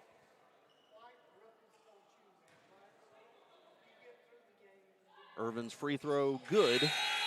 87-76. And a timeout taken here by Meredith. So with 52.9 left on the clock, again a reminder, Greensboro's men's basketball team is in action starting in about 20 minutes on the road to North Carolina Wesleyan. They're coming off a win on Tuesday night in their conference opener against William Peace. So men's basketball, a bit of a challenge here today against the Battling Bishops, but they will continue forging ahead in their conference schedule. Women's basketball, we mentioned, in action again next on the road on Wednesday against Pfeiffer University before being at Methodist a week from today. Their next home game is not until Tuesday the 20th against Southern Virginia. So a little bit of a road swing for the women's team after today, which is another reason why today's game is so important.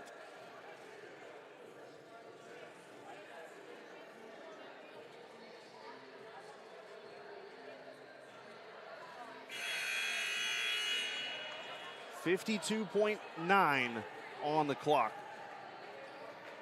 Greensboro shooting 40.8% from the floor, which is their second highest total. Only once this year have the Pride been over 40%, 43.8 against Pfeiffer back on the 22nd of November.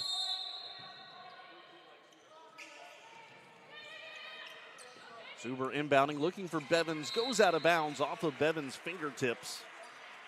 And Greensboro will grab possession.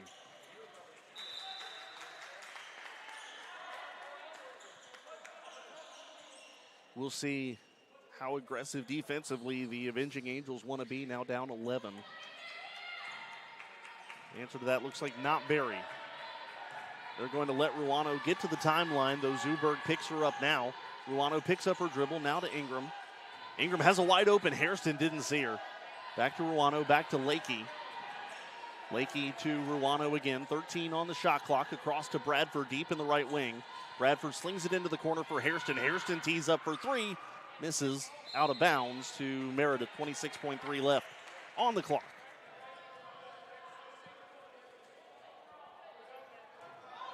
Zuberg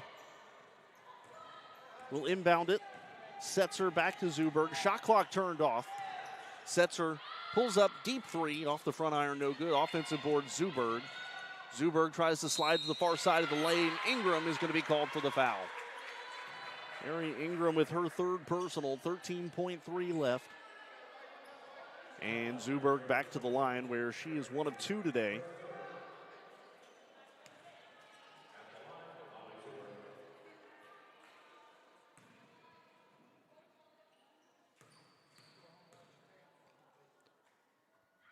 Zuberg's free throw off the back iron, no good. Meredith 10 of 13 today.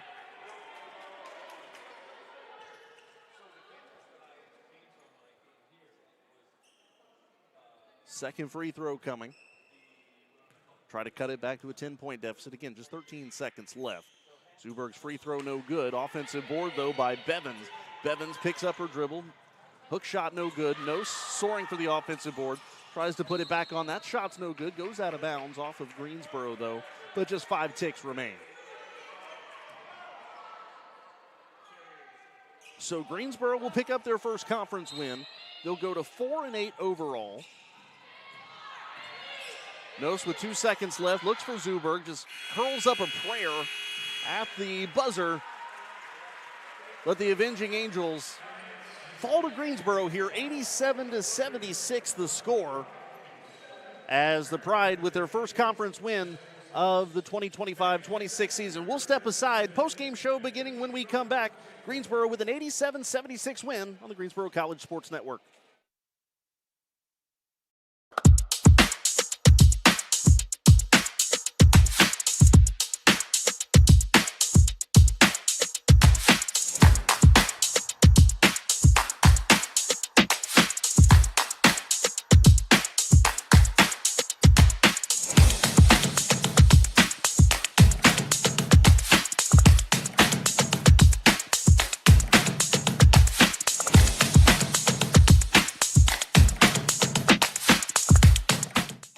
Every college athlete has a story to tell, and at Greensboro College, we believe no one is better equipped to tell those stories than the athletes themselves. On the Getting to Know podcast, you'll hear the who, what, when, where, why, and how of each college athlete's journey to Greensboro and how they became a member of the Pride. We talk on and off the field, influences, hobbies, goals, and what it means to be a member of the Pride. It's all on the Getting to Know podcast on Spotify and YouTube. You know, I just really felt like I was a person, you know, and they really cared about you, not only as like an athlete, but, you know, as an individual as well. And so that was one of the things that like led me here, honestly. The Getting to Know podcast from Greensboro College Athletics. We are one Pride, and these are our stories.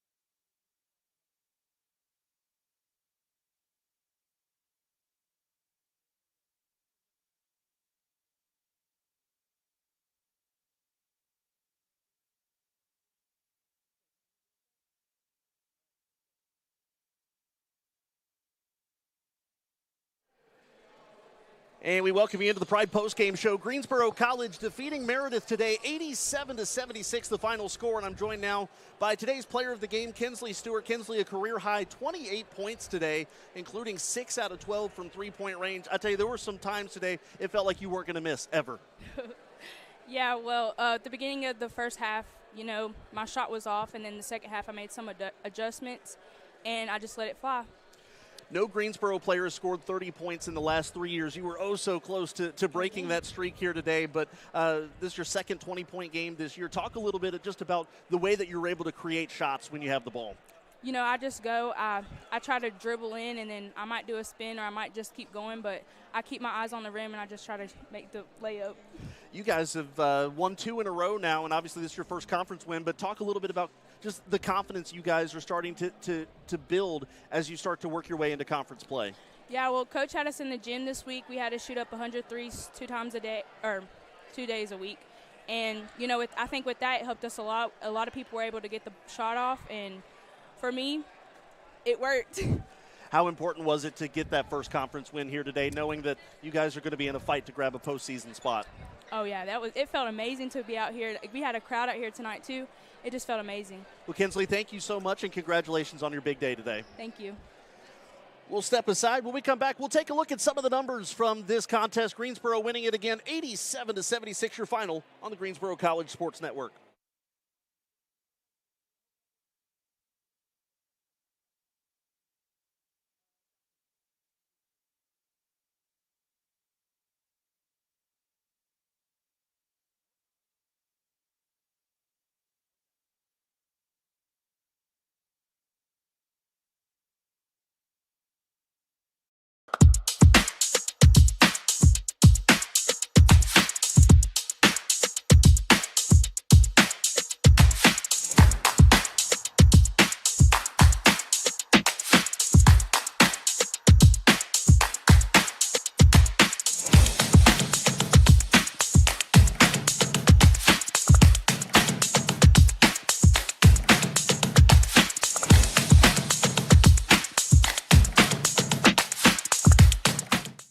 Every college athlete has a story to tell, and at Greensboro College, we believe no one is better equipped to tell those stories than the athletes themselves. On the Getting to Know podcast, you'll hear the who, what, when, where, why, and how of each college athlete's journey to Greensboro and how they became a member of the Pride. We talk on and off the field, influences, hobbies, goals, and what it means to be a member of the Pride. It's all on the Getting to Know podcast on Spotify and YouTube. You know, I just really felt like I was a person, you know, and they really cared about you, not only as like an athlete, but, you know, as an individual as well. And so that was one of the things that like led me here, honestly. The Getting to Know podcast from Greensboro College Athletics. We are one Pride, and these are our stories.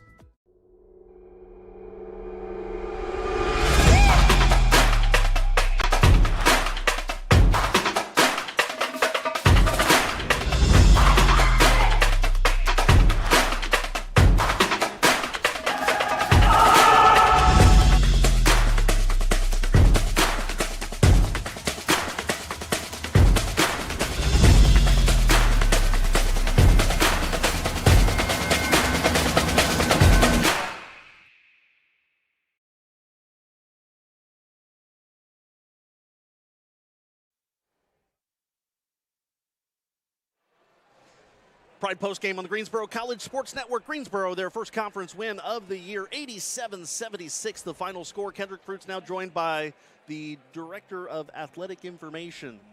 That'll work. Yeah, Stephen Weidenhouse, the SID here at Greensboro College. Stephen, Greensboro picking up their first win today in conference play, and we talked a little bit about it with Kinsley just a moment ago.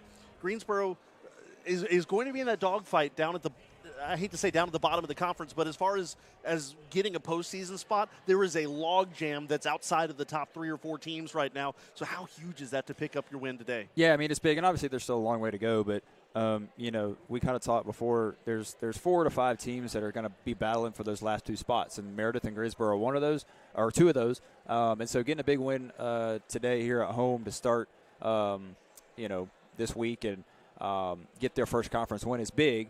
And so it's also good, you know, as a confidence booster as well, to know that they can compete with teams in conference with getting their first conference win, but still a long way to go. And so we have to go to Meredith, later this season as well, and they'll be, motivated to avenge today's loss. But I see what you did there. Yeah, they've been avenging Angels. But no, I was impressed by Meredith, this afternoon. They had their ups and downs as well this year, but, they had a pretty nice scoring output today. And I think that, despite the loss, I think they have to gain some confidence as well. They saw some players today that, really contributed well and maybe can, help them down the road as well. Still a long way to go. I was looking at the schedule, pregame. It's like, wow, even though it seems like we played a lot of games, there's still a lot of games to go. So these two are certainly going to be battling for those last two spots. Well, the interesting thing is something that we talked about in the pregame show. We said, if Greensboro jumps out to an early lead, it's going to force Meredith to play a game they didn't necessarily want to play.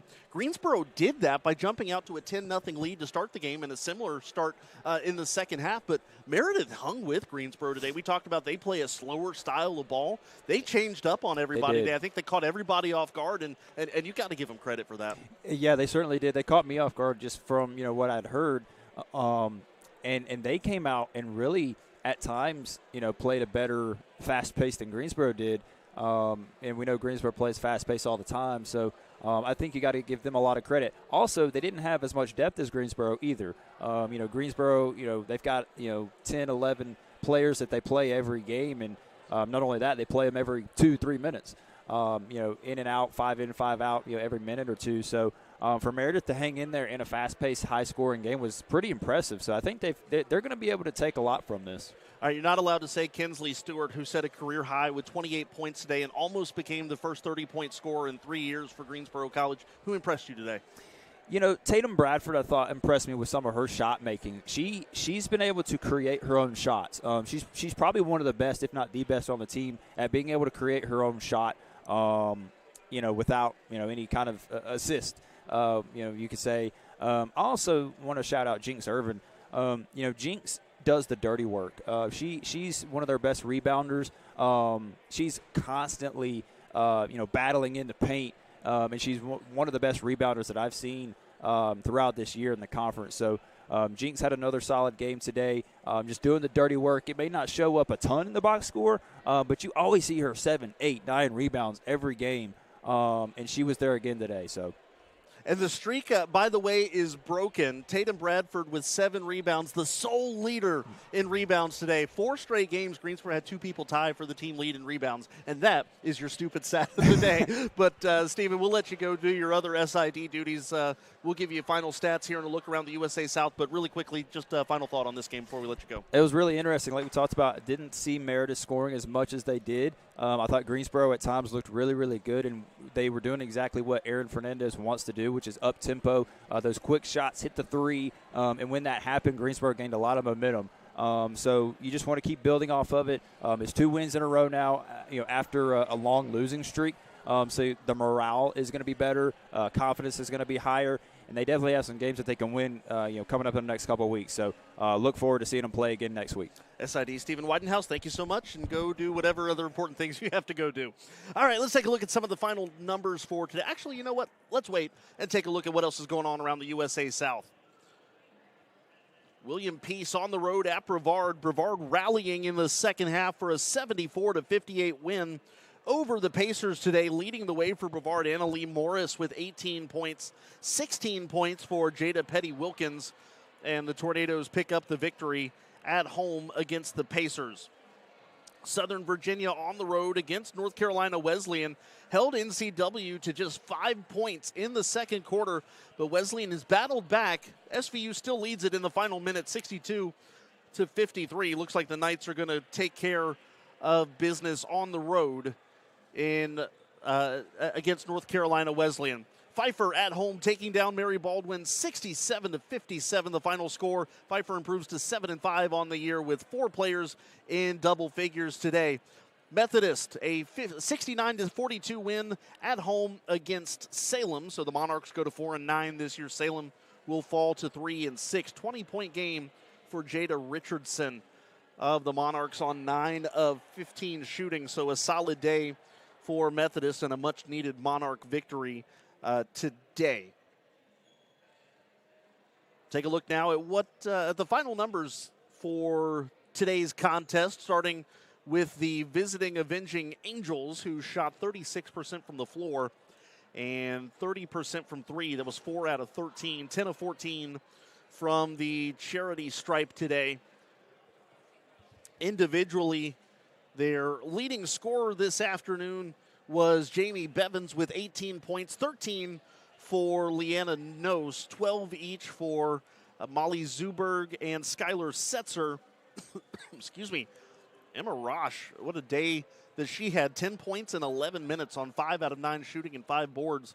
9 points for Emmy Baber and 2 points for Avery Lackland. Holland and Lee did not figure into the scoring column. Leading rebounder today, 16 boards for Bevins, who picks up an impressive double-double of 18 points in those 16 boards. 8 boards for Zuberg, 5 each for Rosh and Nose, 4 for Setzer, 4 for Baber, and 1 each for Lackland and Lee. Assist leader Zuberg with 6, 5 for Setzer, Bevins with 3, Baber with 2, and Lackland with 1. Steals leader Zuberg with 5, 2 for Nose, 1 each for Setzer, Bevins, Baber, Lackland, and Rosh. Nobody with a block for Meredith today.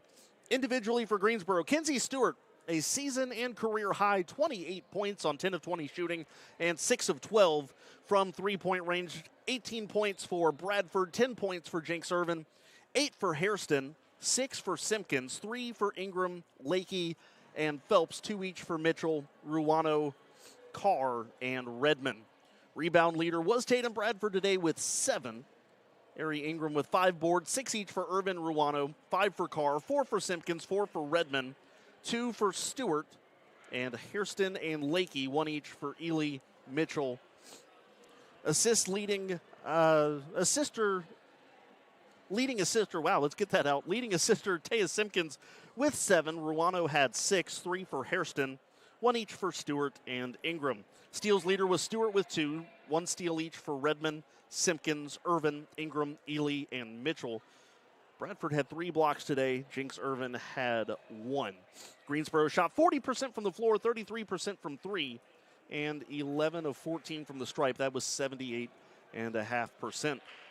Greensboro made 14 three-pointers today, which since 2000 tied for the 4th most in a single game. 6 of them for Kinsley Stewart, so she's tied for 7th most in a single game. Team comparison, 49 boards per team, 20-14 the advantage for Meredith on the offensive side. Greensboro will even it up 35-29 on the defensive side. Pride advantage +1 in the assist column, 18-17. 21 Greensboro turnover, 16 for Meredith. Bench points go 39-12 to Greensboro. Fast break points just a slight edge to the Pride at 16-13. Steals go to Meredith 12-8. Points off turnovers 19-11 for the Pride. Points in the paint 38-28 for Meredith today. Second chance points, a 1-point advantage for the Avenging Angels, 18-17. But you add it all up, and it is a 87-76 win for Greensboro College. Again, men's basketball about to get underway in the next 2 minutes on the road against North Carolina Wesleyan. What's coming up for Greensboro College athletics? Women's hoops on the road on Wednesday against Pfeiffer. Our next broadcast will be Men's Basketball Wednesday, a 5:30 tip here at home against Southern Virginia with the pregame show at 5:10. That'll wrap everything up here for us this Saturday afternoon at Haynes Gym as Greensboro College will improve to 4-8 and 1-4 in USA South play. Meredith will fall to 2-10 and 1-6 in conference play. A big shout out to our producer today, Kenzie Helton, as well as our SID, Stephen Weidenhouse, and all of our game day staff today for everything they do to help make these game days and broadcasts possible. Your final score one last time, Greensboro College with their first conference win of 2025-26, an 87-76 win over the Avenging Angels of Meredith. I'm Kendrick Fruits, wishing you a green and white good night. This has been a presentation of Greensboro College women's basketball on the Greensboro College Sports Network.